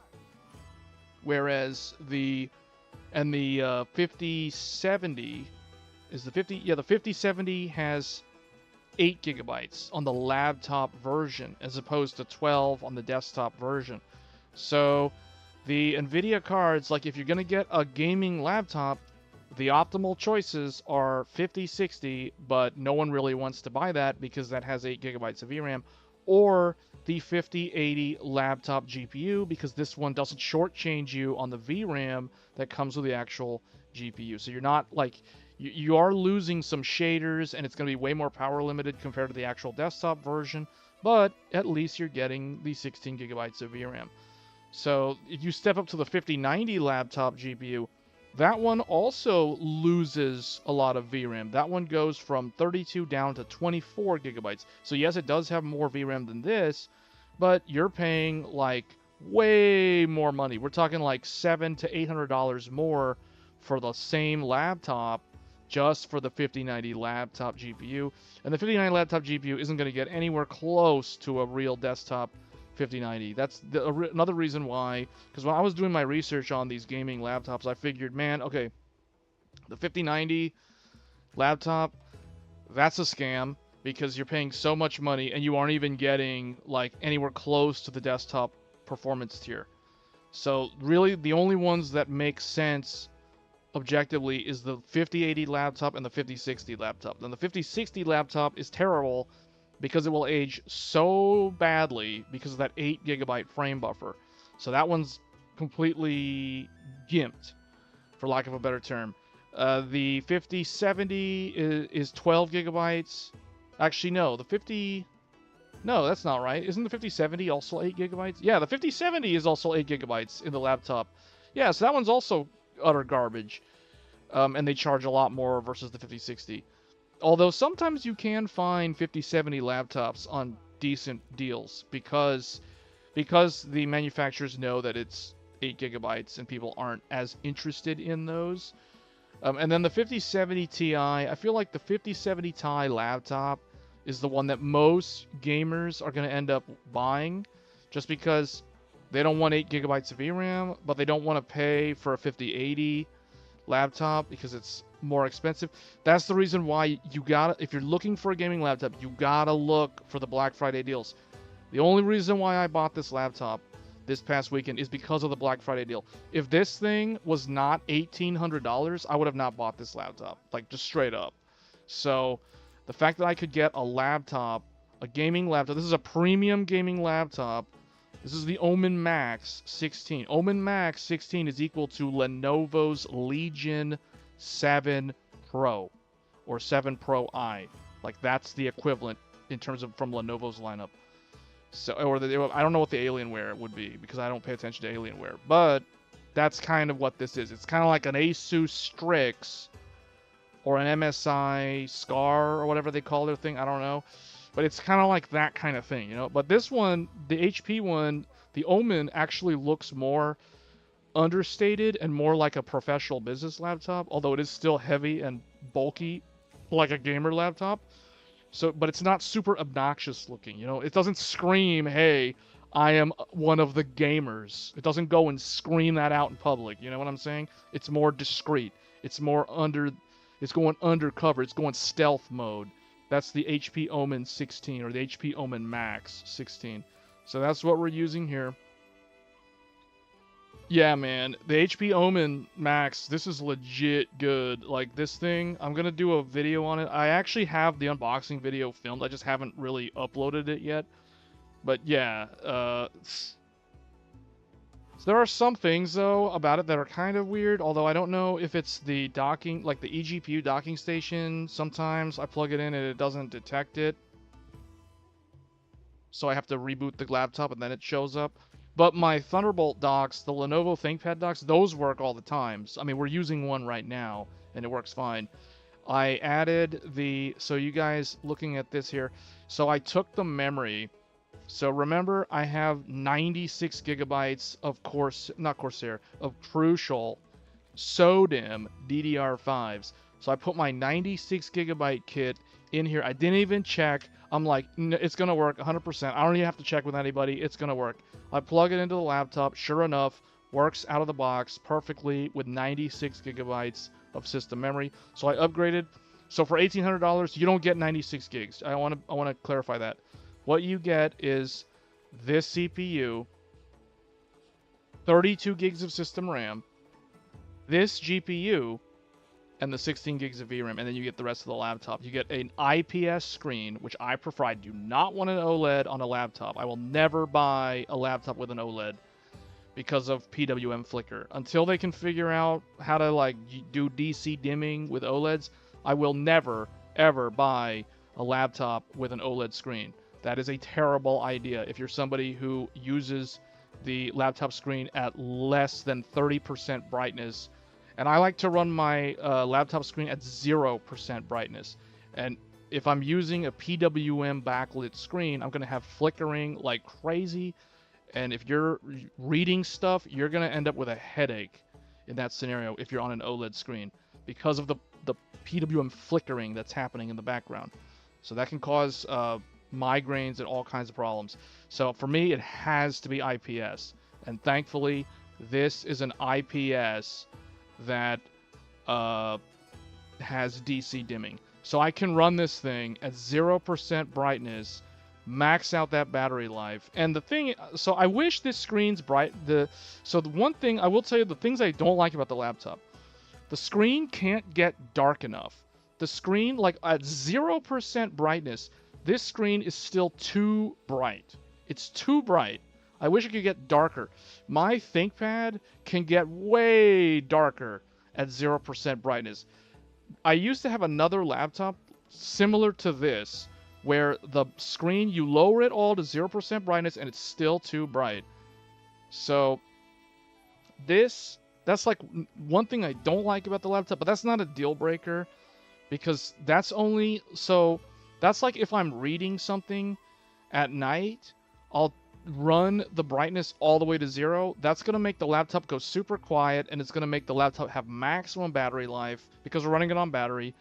And yeah, that's just how I use my laptops. 0% brightness. It's 0% brightness. So that completely omits every single OLED from Lenovo, because I was looking at Lenovo's Legion and I was like, man, Lenovo, why do they have to stick OLEDs on like their entire gaming laptop? Like that completely just, they failed the job interview just straight up. You know, their applicants, their application, the resume just went in the garbage. Didn't even get an interview.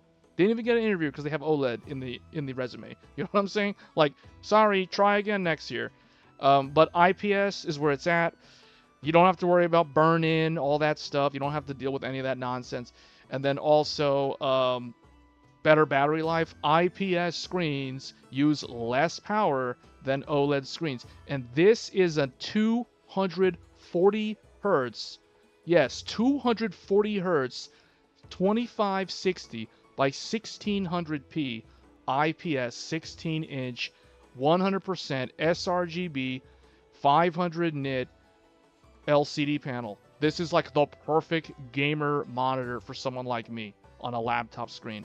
So that was like, whoa, dude, it's under $2,000, 5080 IPS, 240 hertz, Ryzen AI 9. Sign me up now. This is the thing that I want. The webcam has like a privacy shutter, just like on the Legion and the ThinkPad, because for some reason Asus, I don't know if Asus the Strix has a privacy shutter for the webcam, but I was in the store looking at the Asus Strix, and I was like, yeah, this thing doesn't have a webcam shutter, but the HP has one, the Lenovo's have one. You have a direct connection on HDMI on the back of the laptop for the 5080 laptop, so you get low latency, max performance out of your GPU. It's not going to go through the mux. It's not going to go through the integrated graphics if you use an external monitor. It has hybrid Optimus. It has all that good stuff. So, I mean, you can force it to discrete and then reboot from the Omen app, and it'll be all in discrete mode, or you can disable the NVIDIA GPU completely and turn it into a Ryzen Radeon AI PC that's super silent and has super long battery life. So the really nice thing about this, 83 watt hour battery, 83 watt hour battery with the ability to disable the NVIDIA GPU when you're on the go. So you can turn this thing into a airplane laptop that has super good battery life because it has that big chunky battery for the gamers. And I really like that, because see what the reviewers, what laptop reviewers fail to mention in their reviews is like, what if you want to travel with the laptop? Like, what if you want to, like, what do you have to go to the airplane? Like, what are you gonna do on the airport, at the airport, you know? Like, you're just gonna run the giant 330 watt AC adapter like all the time? Like, no, that's not practical. You have to use a GAN charger, a 100 watt USB-C charger, which I have. You can slow charge the laptop over the dual USB 4 ports through a docking station or through an actual charger, and it will work. I've tested all of it. So, but laptop reviewers fail to mention any of this stuff. All they do is they show you a bunch of arbitrary gaming benchmarks. I mean, yeah, they do talk about the port allocation the look and feel, the quality of materials, the keyboard typing experience, the speaker quality. Yeah, they cover all the basics. I'm not saying that laptop reviewers are doing a bad job. They're doing a fine job. But what they fail to mention and what they fail to capture is the everyday, real-world use case of, like, using the laptop besides just sitting there playing games. You know what I mean? Like, browsing the internet, going from point A to point B, traveling with the laptop. Like, what is that experience like? You know, they never talk about that. So this laptop, compared to my ThinkPad, this laptop is not anywhere close to being as nice to travel with because it's heavier. It's actually not larger. It's actually almost the exact same size as my ThinkPad P16S. It is thicker, obviously, because it's a gaming laptop. It has dual SSDs, so you can run one Gen 4 at 4 lanes and a second SSD at Gen 4 2 lanes. So that's the one that I have all my Steam games on. So the upgrades that I did was I added 96 gigs of RAM and I added a 4 terabyte Lexar. Now this thing, I don't know, has anyone ever used a Lexar SSD? Because I've been running into some strange problems where sometimes, and I've been trying different settings in Windows to see if it fixes it, but intermittently, when I put this laptop to sleep, when I wake it up, sometimes the Lexar SSD disappears. Like, it just straight up disappears. Like someone physically removed it from the laptop. You know what I mean? I've reseated it. I have disabled the power savings thing for PCIe. And so far, the one thing that I changed it might have fixed the problem is I disabled fast startup in Windows. But that is one thing. This is the only Lexar SSD that I have. So if you guys have ever used Lexar-based SSDs, let me know if they've had issues, because I don't know if I'm on the latest firmware for Lexar. I'm on the latest firmware for the HP Omen. I did the BIOS update for the laptop the day I got it, because there was one BIOS update, so it's on the latest BIOS. The Lexar is on the latest firmware for the SSD controller. I was reading online that Lexar does not have the best track record based off of the controller. It's using an InnoGrit controller and it's using Intel Flash. The Intel NAND Flash is probably fine, but the InnoGrit, I've been reading stuff online about InnoGrit controller being kind of hit or miss. So I don't know.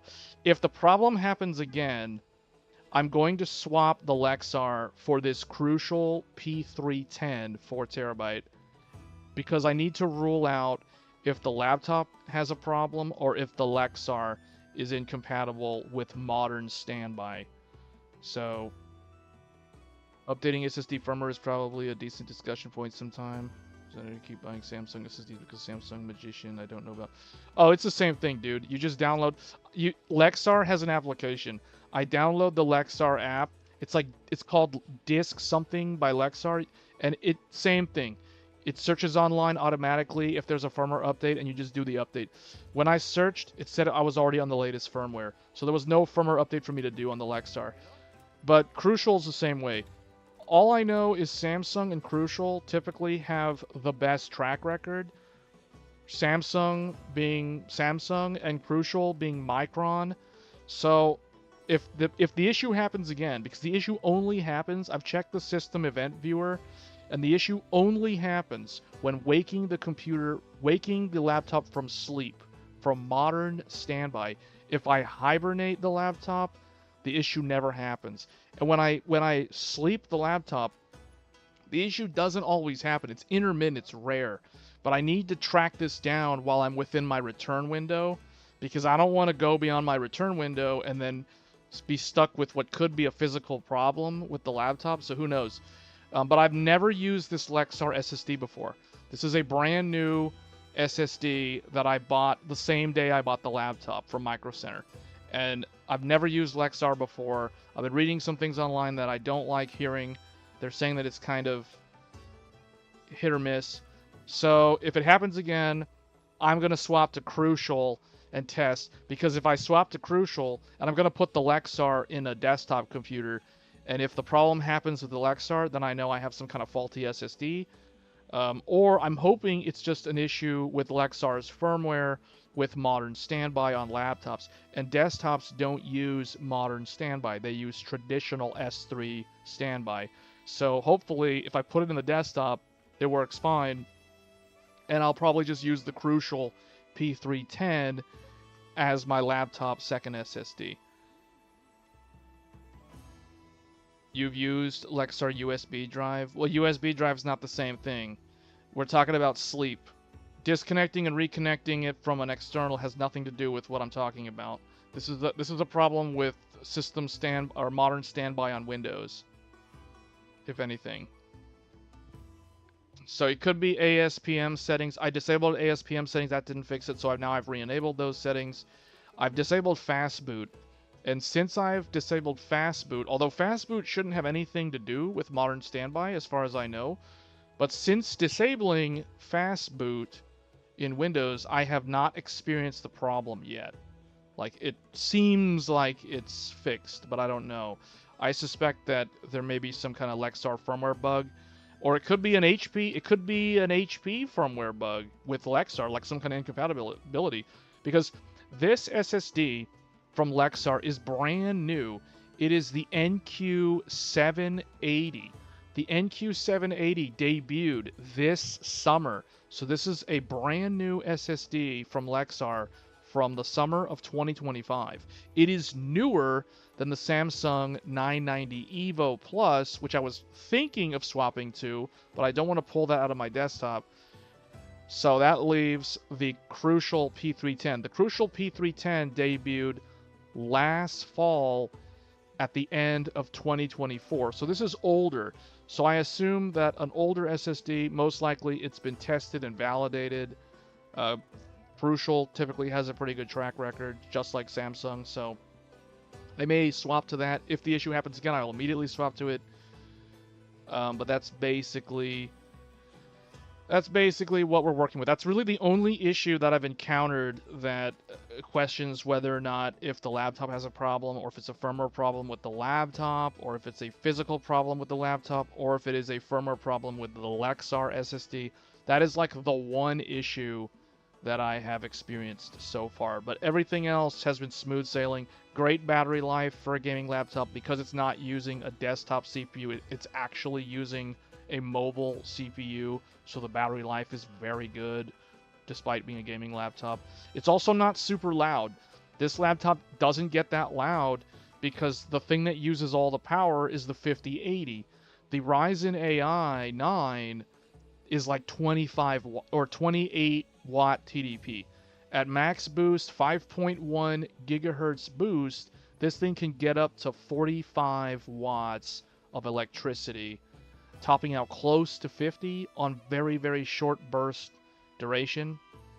But that's nothing compared to something like an Intel Ultra 9 275HX or a Ryzen 9 9955HX or 55HX 3D.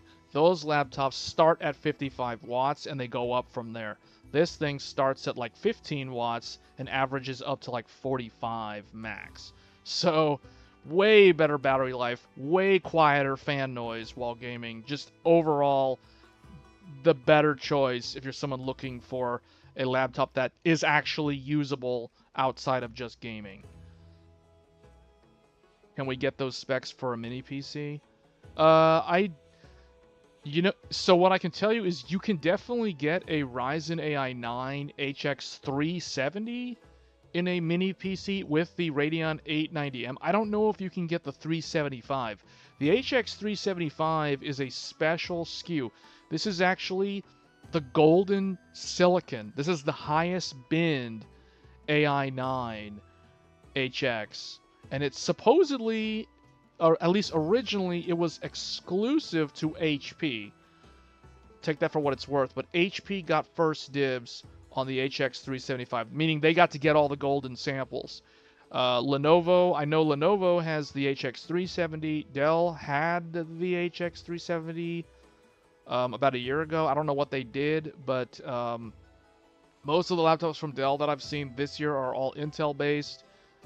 if you're looking at gaming laptops like Alienware. I think they have some that are HX based. But the thing is, I would caution people, don't get a... So there's a lot of people that have been asking me about the 9955 HX 3D. Like, should you get the 9955 HX 3D laptop? I'm going to tell you guys the truth. If you don't care about battery life, and if you're never going to move your laptop from your desk, if it's just going to sit there, live on your desk its entire life, plugged into the wall, killing the battery, you're better off building a desktop PC. Like, real talk, there's no reason to buy a gaming laptop with a 9955 HX3D or an Intel Core 9 275HX if you're just going to use the laptop as though it were a desktop. You're way better off building a desktop. There's no reason. Does it make sense to get them and use them as a workstation laptop?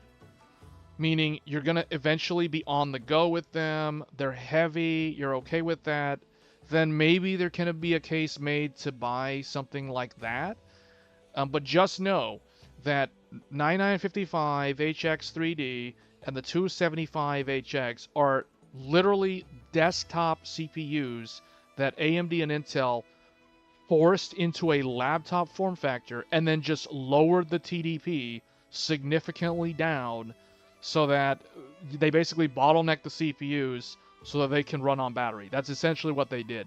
So in the case of AMD, it's going to perform really, really good, but it's going to have terrible battery life. In the case of Intel, it's going to perform really, really good and have terrible battery life. Now, Intel's going to get better battery life than AMD because Intel's Arrow Lake can clock way down on the voltages, whereas AMD, because the 9955 HX3D is a chiplet-based design, it has the 2 CCDs, and then it has the I/O die. That thing... Do we need to bring up... well, I don't know if I need to bring up Paint, but let me... what do I want to do here? Let's bring up... where is my... Oh, why is this... Whatever, just bring this up. I guess I'll put it over here. Yeah, I still have them open. So yeah, that's good. And of course it's going to be too gigantic. It's always like that, man. Because I show Task Manager, it ends up resizing all my windows all the time. Okay, so Intel Core Ultra 9 275HX. This is a desktop CPU parading around as though it was a laptop CPU. So that is a full-on desktop CPU forced into a gaming laptop. This is the AMD equivalent to that. So the Ryzen 9 9955HX3D dual CCD. Look at that. That's literally the same thing that we see on AM5 with the 2 CCDs and the I/O die, and they're separated out like that. So what does that mean? They're further away. They're going to use more power while idling. You're going to get terrible battery life. That's what that means. Terrible battery life. 55 watt TDP is all you need to know to tell you that's going to be terrible battery life. Same deal on Intel. 55 watts means terrible battery life. So, but the advantage that Intel has is at least their chiplets are closer together so they can power gate down more linearly and get more power savings at the lower frequency spectrum. So they are going to get better battery life than the AMD equivalent because of that. Now, if we want to talk about a real mobile PC or mobile APU, the one that I'm using is the actual one to pay attention to. So the AMD Ryzen AI 9 HX375. I feel like I'm repeating myself because anyone who watched my live stream yesterday, they're going to feel like, man, this is deja vu. He's saying the exact same stuff. But yeah, so this is the best mobile CPU that you can get in a gaming laptop. This one, 28 watts. That's all you need to know to tell you. 28 watts versus 55 watts. Which one do you think is going to get better battery life? Which one do you think is going to get better battery life? A monolithic design that has a TDP of 28 watts, 12 cores, 12 cores on one CCD, 12 cores on a single... Actually, there is no CCD. It's all monolithic. 12 cores all together, no split thing in the fabric, no, all unified on one thing, 12 cores, 24 threads, 28 watt, 5.1 gigahertz. Now do you guys see why I'm telling you this is the smart choice for a gamer laptop? Now, if you want to go Intel, the smart Intel is going to be the non-HX. So the Intel Core Ultra 9 285H. This is Intel's mobile CPU, not the stupid, terrible battery life, super loud, awful fan noise, 105 degrees Celsius overheating that I've seen all over Reddit, because I was looking at this one, guys. I was thinking of getting a Legion with this until I saw all the people on Reddit complaining about 100 degrees, 105 degrees Celsius. What's happening? My laptop's melting. And it's because they don't realize that they're running a desktop CPU in a tiny little, well, not tiny, but like a laptop, compared to an actual desktop. So there you go. There's no way around it. That's how it's going to behave. Meanwhile, the Core Ultra 9 285H, not this stupid HX, the regular H, is 45 watt TDP. 45 watt TDP means it is less power than 55 watt TDP. That means it's going to get better battery life. And also 45 watts, for those that don't know, 45 watts historically means high performance mobile processor. So this is the actual TDP. Like Intel has been doing 45 watt mobile, high performance mobile. H stands for high performance on a mobile Intel chip. So this is the real one to get. This is the winner. This is the loser. This is the winner. This is the loser.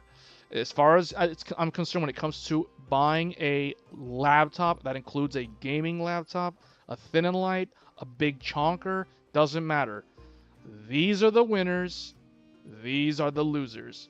So unless you're someone who literally doesn't care and you just want the best gaming laptop, so you have bragging rights, I have the best gaming laptop, okay, then you can buy this, but boy is that thing going to be annoying to maintain. It's loud, terrible battery life. It'll age awfully because it's just, like, no one wants to carry this on an airplane. No one wants to carry this on an airplane. It screams gamer. It looks lame. So basically, the bottom line is, if you're buying a laptop, get either a Ryzen AI 9 or an Intel Core Ultra H, not HX. That is like the secret knowledge that I'm trying to impart on everyone, so they understand what to get if they're actually looking for a gaming laptop. And unfortunately, most of the gaming laptops right now are opting for the HX because Intel's cutting some really good deals right now with the manufacturers. So all those people are going to get these terribly loud thermal throttling things that are just kind of a mess.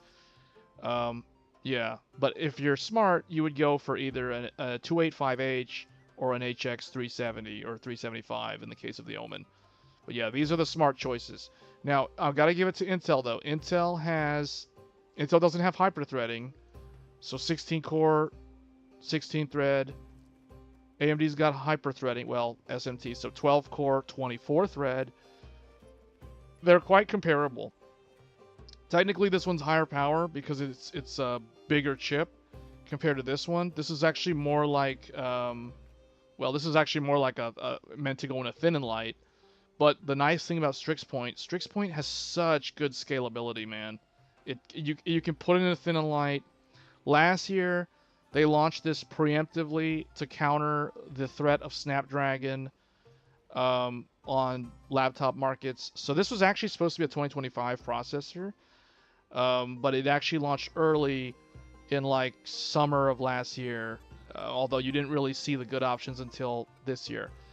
So last year, when they launched Strix Point, notice it was all soldered memory. It was LPDDR5X 7500 or LPDDR5X 8000. Now, 2025 launched them with SODIMM, so with the upgradable DDR5. So that's the difference. Now, Intel's Arrow Lake, this one supports CAM2. This supports the CUDIM stuff. I think it'll tell you right here. Yes, it can either do, well, it can do LPDDR5X. I think it's supposed to be able to do Cam 2, though. I know you can get Cam 2 with an Intel Core Ultra. I don't know about this one, though. I think this one... Okay, so you can't get Cam 2 on this one. You can get it on this one. So again, to my point earlier about these two being winners and these two being losers, you cannot get Cam 2 on an HX. You can get Cam 2 on an H, and you straight up can't get Cam 2 on any of AMD's current stuff because AMD didn't build the memory controller substructure to interact with clock redrivers. That is something that is going to be on Zen 6, so we're going to leave it at that. Framework revealed, they kind of spilled the beans on that. The CEO of Framework, Nirav, he actually spilled the beans to Linus in a video about why AMD doesn't have Cam 2 and why AMD doesn't have QDIM. I don't know if he was supposed to say that, but he accidentally said it. So, but those are the reasons, guys. There's technical reasons why AMD doesn't feature Cam 2 or QDIM on their Zen 5 CPUs. It's because they never designed it from an engineering architectural level. They tried to get it to work when they worked with Nirav and his team when they were working on the Framework desktop with Strix Halo and also the Framework 16, but they couldn't get it to work because they were having to try to like reverse engineer a lot of the substructures after the fact that they've already designed the whole thing. So it just didn't work. But you'll see it with Zen 6 if you're into like Cam 2 memory. You're just not going to see it with the current offerings. So basically, the HX series or the Ryzen AI supports LPDDR5X, which is soldered memory, or traditional DDR5 SODIMM. Last year, it was to get it out the door quick to counter Snapdragon, they put everything on soldered memory. This year, they launched the normal stuff with the SODIMM DDR5. That's why now you can get this in a gaming laptop. You couldn't get this in a gaming laptop. Actually, I take that back. You could get it in the Asus Zephyrus. So the Thin and Lights from Asus and the Razer Blade 16 offered this with soldered memory. I remember that now. And the Asus ProArt had this with soldered memory, like 64 gigs of soldered memory with an RTX 4090 and 4080. And actually, Asus is offering the ProArt PA16 with this CPU plus an RTX 5090 laptop GPU, but that thing is like $4,000. So, yeah, 64 gigs LPDDR5X 8000. That's insane stuff. But at that point, like, that I just realized that laptop is the price of a DGX Spark. So, yeah. ThinkPad P1, T1G, support only Cam 2 memory from Lenovo that I know of. Yes, and that's why, yes, that's correct. They're only Cam 2. 9955 HX3D looks better for a mini PC. Yeah, you can probably, you know what? You might be able to find this in a mini PC. Because like I said earlier, in a mini PC, this is totally fine.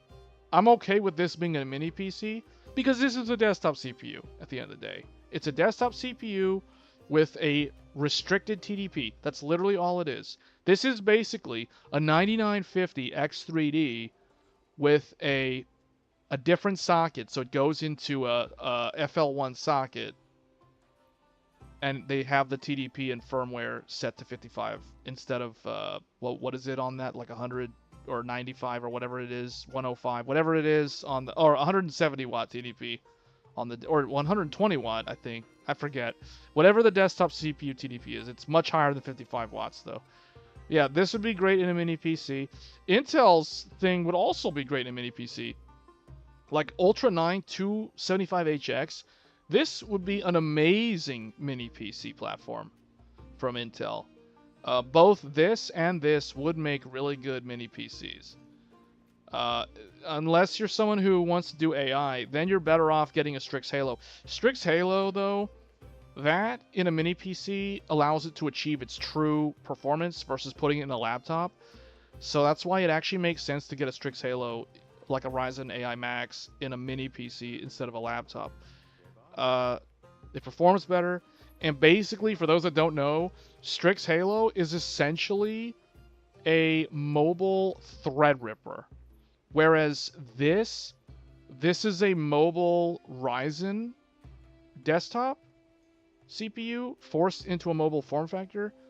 Strix Halo is basically Threadripper with way less cores. It's like it caps at 16 cores, and it's in a mobile form factor.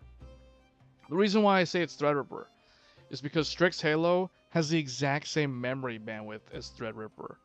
That's why it's a mobile Threadripper, because it's quad channel memory. All these other platforms are dual channel memory at the end of the day. So for parallelism and AI workloads and that kind of thing, Strix Halo is going to blow these things out of the water because that quad channel memory bandwidth. These things can't even compete.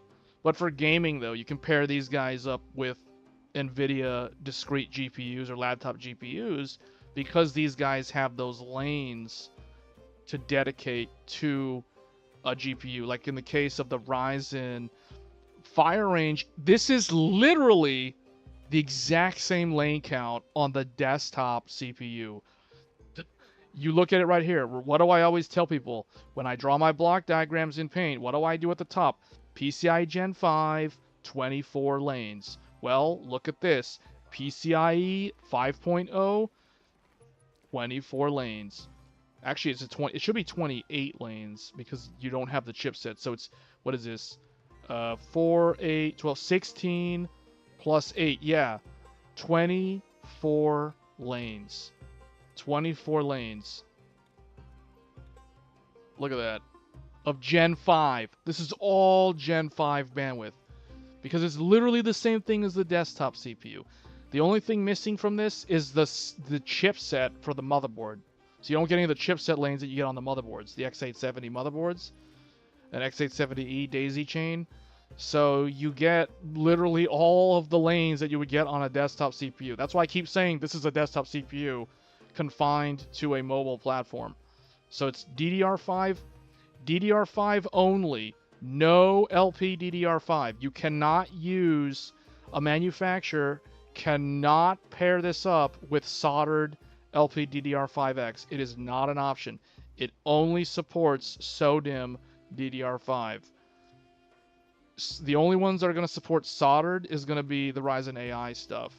The regular Ryzen, notice how there's no AI in the name? This is going to be SODIMM only. SODIMM only. Just like the desktop. No CUDIMM, no CAM2, no soldered RAM. No, just SODIMM RAM. That's it.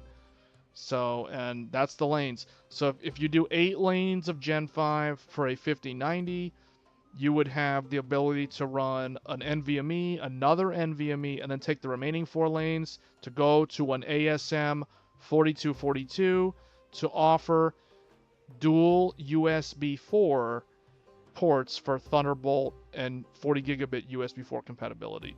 So that is what every manufacturer except Lenovo. Lenovo has dropped the ball. Lenovo dropped the ball with the Legion laptops. So I do not recommend Legion for the 9955HX3D. They literally dropped the ball because they didn't want to spend the money to include the ASM 4242 for USB 4, which means if you're looking at a Legion, you want to get a Legion with this for the best gaming CPU on a laptop. It's not going to have Thunderbolt support. It's not going to have USB 4. Meaning if I can't use it, it's useless to me because I can't connect it to my Thunderbolt 5 docking station. So I would have to go with ASUS Strix or MSI or HP or whoever else decided to properly implement USB 4 on the Fire Range platform. So people are probably gonna be like, well, that's AMD's fault. It is AMD's fault because AMD did not integrate the USB 4 controller into the CPU the way Intel did. So you can sort of blame AMD for that. But again, that further proves that this is a desktop CPU because AMD's desktop CPUs don't have USB 4 integrated into the CPU. They use the ASM from ASMedia, the 4242 chipset to give you your dual USB 4 ports on the back of those X870 and X870E motherboards, whereas Intel integrated it into Arrow Lake. This is why I keep saying that Intel's platform is objectively better than AMD's. AMD performs better, but Intel has a better platform because Intel integrated the Thunderbolt ports. You go look at Intel. Intel right here has the Thunderbolt ports physically inside the CPU. So there's no need for an ASM controller.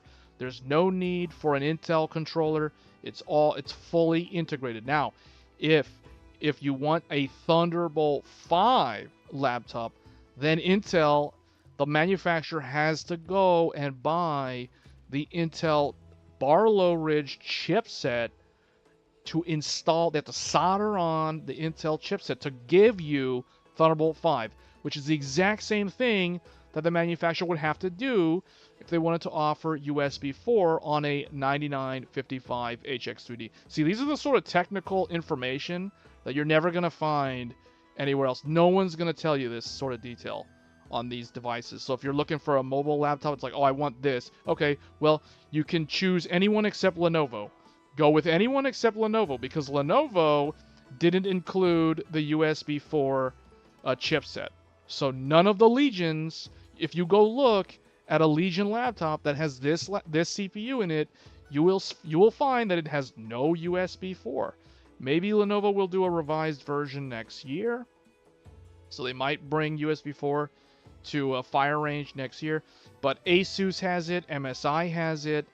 I believe HP, if they even have this thing, has it.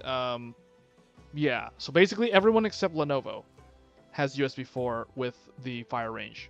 So Legion is disqualified if you're looking for this, which is sad because Legion is actually one of the better gaming brands in terms of quality. So it's like, man, that is such a fail. Like, that is the most epic fail on either Legion, Lenovo, or AMD, or both, or whatever.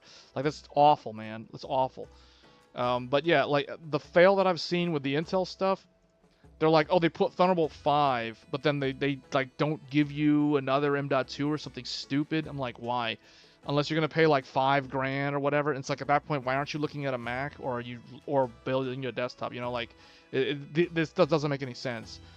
So really, the sweet spot is gonna be Core Ultra H and Ryzen AI. I mean, those are the smart choices. This has fully integrated USB 4. So there's no need for a chipset, which means it's also going to have lower latency. It's also going to have better throughput. This guy, same deal, integrated Thunderbolt 4. So no chipset, nothing. But this can offer Thunderbolt 5 via a chipset, because Intel has the Barlow Ridge right now. So we won't see Thunderbolt 5, aka USB 4 version 2, until on AMD until Zen 6. So like I said, Intel is ahead of AMD when it comes to a platform feature set. Intel supports CUDIM. Intel supports CAM2 on some of their mobile stuff. Intel has the capability of going all the way up to Thunderbolt 5. AMD can't do that. AMD stuck at Thunderbolt 4. AMD doesn't have CUDIM. AMD doesn't have CAM2 because they don't have CUDIM. So Intel's definitely, it feels like, when you zoom out and look at the big picture, you realize, oh yeah, man, Intel's actually ahead of AMD by like a whole generation when it comes to actual functionality. But AMD's just like, they perform better, right? They have better power characteristics when you're idling on an actual mobile processor like this. It's 28 watts. So, and then at the high end, they have the best gaming performance. So it's really weird. AMD's got like super good low power and super good high power, and Intel's kind of like in the middle of all of that. That's the way I see it. 4090 laptop still runs most games fine. Use it as a transportable device used to hook up to different screens in my home and to bring on long trips. Yeah, well, now I'm in the same boat as you, in the sense that I also now have a gamer laptop, like a big, heavy gaming machine. So with the 5080 laptop GPU in here. So yeah, 96 gigs of DDR5, 16 gigs VRAM, 24 threads, 16, yeah, so same deal. Man, every time I log into this game, I end up just not playing the game, and I just keep talking about computer hardware. Anyway, the game runs fine on this gamer laptop. You guys can see it's doing, like, obviously we're using frame gen because you have to use frame gen in this game. If you're not using frame gen, you're playing the game wrong. So we're getting about 80 frames per second. And it's smooth, it's playable. I can do all the hardest content in the game. Yeah. So I think that basically wraps it up for this stream in terms of what I wanted to show. You guys can see the 5080 does about 80. The average looks around like 80 watts. The APU is using about 35 watts right now. So that's APU power. So that's the CPU and the 890M up there. There's no separate entry for the CPU itself, so it would just be included at 35 watts because we're not actually using the integrated graphics to run the game. Now, yeah, there is a mux switch in here in this laptop, so you can go in and in the HP Omen app, you can tell it, hey, I want this to be discrete only, or hey, I want this to be hybrid Optimus mode, or hey, I want this to be integrated only, and it'll turn off the NVIDIA GPU. So that by doing that, it'll get way better battery life, and it'll get way, way quieter. But then you obviously aren't using the GPU at that point. So really good overall. I like the laptop. It's not a perfect 10 out of 10 laptop. I feel like right now there are things that I wish HP did differently. Number one, I wish that the power button was a separate... I'll say this in the video about the laptop.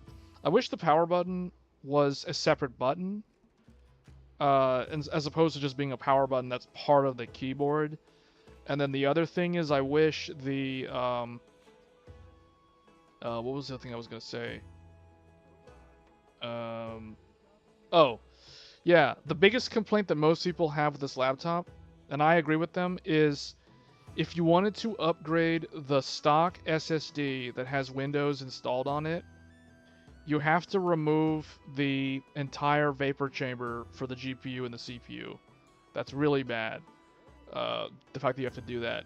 So most likely what I see most people doing, because I myself did this, I'm not going to touch the Windows SSD. I'm just going to leave it the way it is. It comes with a 1 terabyte SSD, but it has a second SSD slot right next to it, which is easy.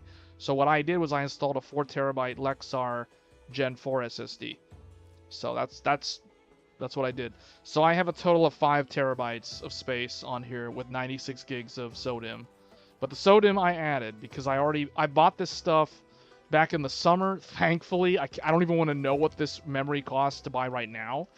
But yeah, I bought 96 gigs of Crucial DDR5 SODIMM. So this is two 48 gigabyte sticks at DDR5 5600. So I bought this stuff in the summer. So I was gonna put this in my my ThinkPad, but I was like, wait a minute, I have this big gamer laptop. I'll just put it in the gamer laptop now. So it's in the gaming laptop, and because this is the thing that's actually going to do all the heavy workloads. The ThinkPad is really just going to be used for like office type work, so it didn't need a discrete GPU for that reason, and I want it to be thin and light anyway because that's my travel laptop. But yeah, so I basically now have the ThinkPad, which I treat that as though it was a Mac, but I don't have an actual Mac, so I use that. And then I have this for like, oh, we need to make a video looking at frame gen or whatever. And now I have like a 5080. Now I have another NVIDIA GPU that allows me to do like multi-frame gen or whatever and take a look at that on a mobile platform. So that's the other reason why I strategically had to purchase this laptop. I see it as allowing me to do more video comparisons and deep dives on stuff like GPU related content. Have you tried Where Winds Meet? I did try it, and it's an okay game. I might stream it at some point, but I'll be honest with you, I wasn't super impressed with the game. It's an okay game, but I don't know. I just feel like I played for like 2 hours, 2 to 3 hours, and I thought, yeah, it's a game that I'm just probably not going to spend too much time with. it's okay. There's nothing wrong with it. It's just kind of like, you know what I mean? It's like playing Genshin Impact without the character collection aspect to that game. Instead, it's more of like glamour and outfits and stuff. So, yeah, it's good. I mean, it has good multiplayer content from what I can see for Endgame. We may cover it on the channel at some point, but it's a game that I'm probably not going to spend too much time with in the grand scheme of things. You still probably have 90 hours to go in Trails in the Sky as it is. Oh, that's a game that I could have tested on here. I didn't install it though. Alright, well I'm going to go ahead and get on out of here. I'm going to put this laptop to sleep and then wake it up in like 15 minutes or whatever and see if that SSD appears. Because the issue that I was having, the Lexar SSD intermittently disappears on me when I wake the laptop from sleep. So I need to figure that out quick. Because if it turns out, if it happens again, I'm swapping to Crucial. And if it happens with Crucial, I might return the laptop or I might exchange it or something. Because I don't know. That's either a firmware problem with HP or it's a firmware problem with Lexar. And both of them on the latest BIOS. SSD's latest firmware, laptop's latest firmware, so I don't know. You haven't touched it since you beat the demo? Anyway, see the SSD doesn't even run that hot. Like the hottest I saw it get was like 51 Celsius. So it's not like it's overheating and like disappearing on me. It doesn't disappear when I'm using the computer. It only disappears when I wake it from sleep. Which means for some reason, when the laptop powers back up out of modern standby, something in the firmware, whether it's the laptop firmware or the SSD firmware, there's some sort of weird incompatibility where the SSD just doesn't reconnect. So I see it happen in event log. I've already captured the error messages in event log. I probably need to save those, because if I am gonna bother to open a case with HP or Lexar, I'm not gonna waste my time with them. I mean, if they're gonna tell me useless things, then I'm just gonna return the laptop and exchange it for a Microcenter, which is it's a hassle because that means I'm gonna have to basically remove the SSD, put the original RAM. This is the actual original 32 gigs that came with the laptop. I have to go put this stuff back in there. I have to go into Windows and reset the whole Windows back to like factory default, erase everything. That takes like 90 minutes or whatever. Actually, on a 1 terabyte SSD with like nothing on it, it's probably not going to take that long. But you guys see what I'm saying? It's a huge hassle to have to deal with a return or an exchange of a laptop. So I need to figure that out quick. That's the thing. That's why I tell people, if you're going to buy something electronic, you got to test everything about it within that return window to make sure that everything's good to go. Because if something's faulty, it usually manifests within like the first 3 days of owning that product. So you need to test that thing thoroughly, because you don't want to get stuck with, oh, you can't return it because it's past the return window and there's a problem, and now you got to deal with either an RMA or whatever, or waiting for them to get a firmware update. So it's like, yeah, no. But anyway, that is it. So far, everything else has been good. Docking stations are working. eGPU, that's another thing that I need to figure out. But otherwise, I was thinking, like, troubleshooting these problems, I was like, man, how would the average consumer deal with stuff like this? You know, like, would they know what to look for? Event logs, Windows event logs, you know, registry default, all that kind of stuff. Anyway, guys, that's gonna be it for this stream. I don't think I'm gonna stream tomorrow. There's really not much of a reason to. I need to start making videos with the actual laptop. So that's what we're gonna do. So I will catch you guys on Tech Thursdays. We're probably gonna talk about Thunderbolt or motherboards, or maybe laptops. I don't know. We'll talk about one of those three things. Anyway, I will catch you guys then. Till then, take care, and I'll see you next time. Thanks.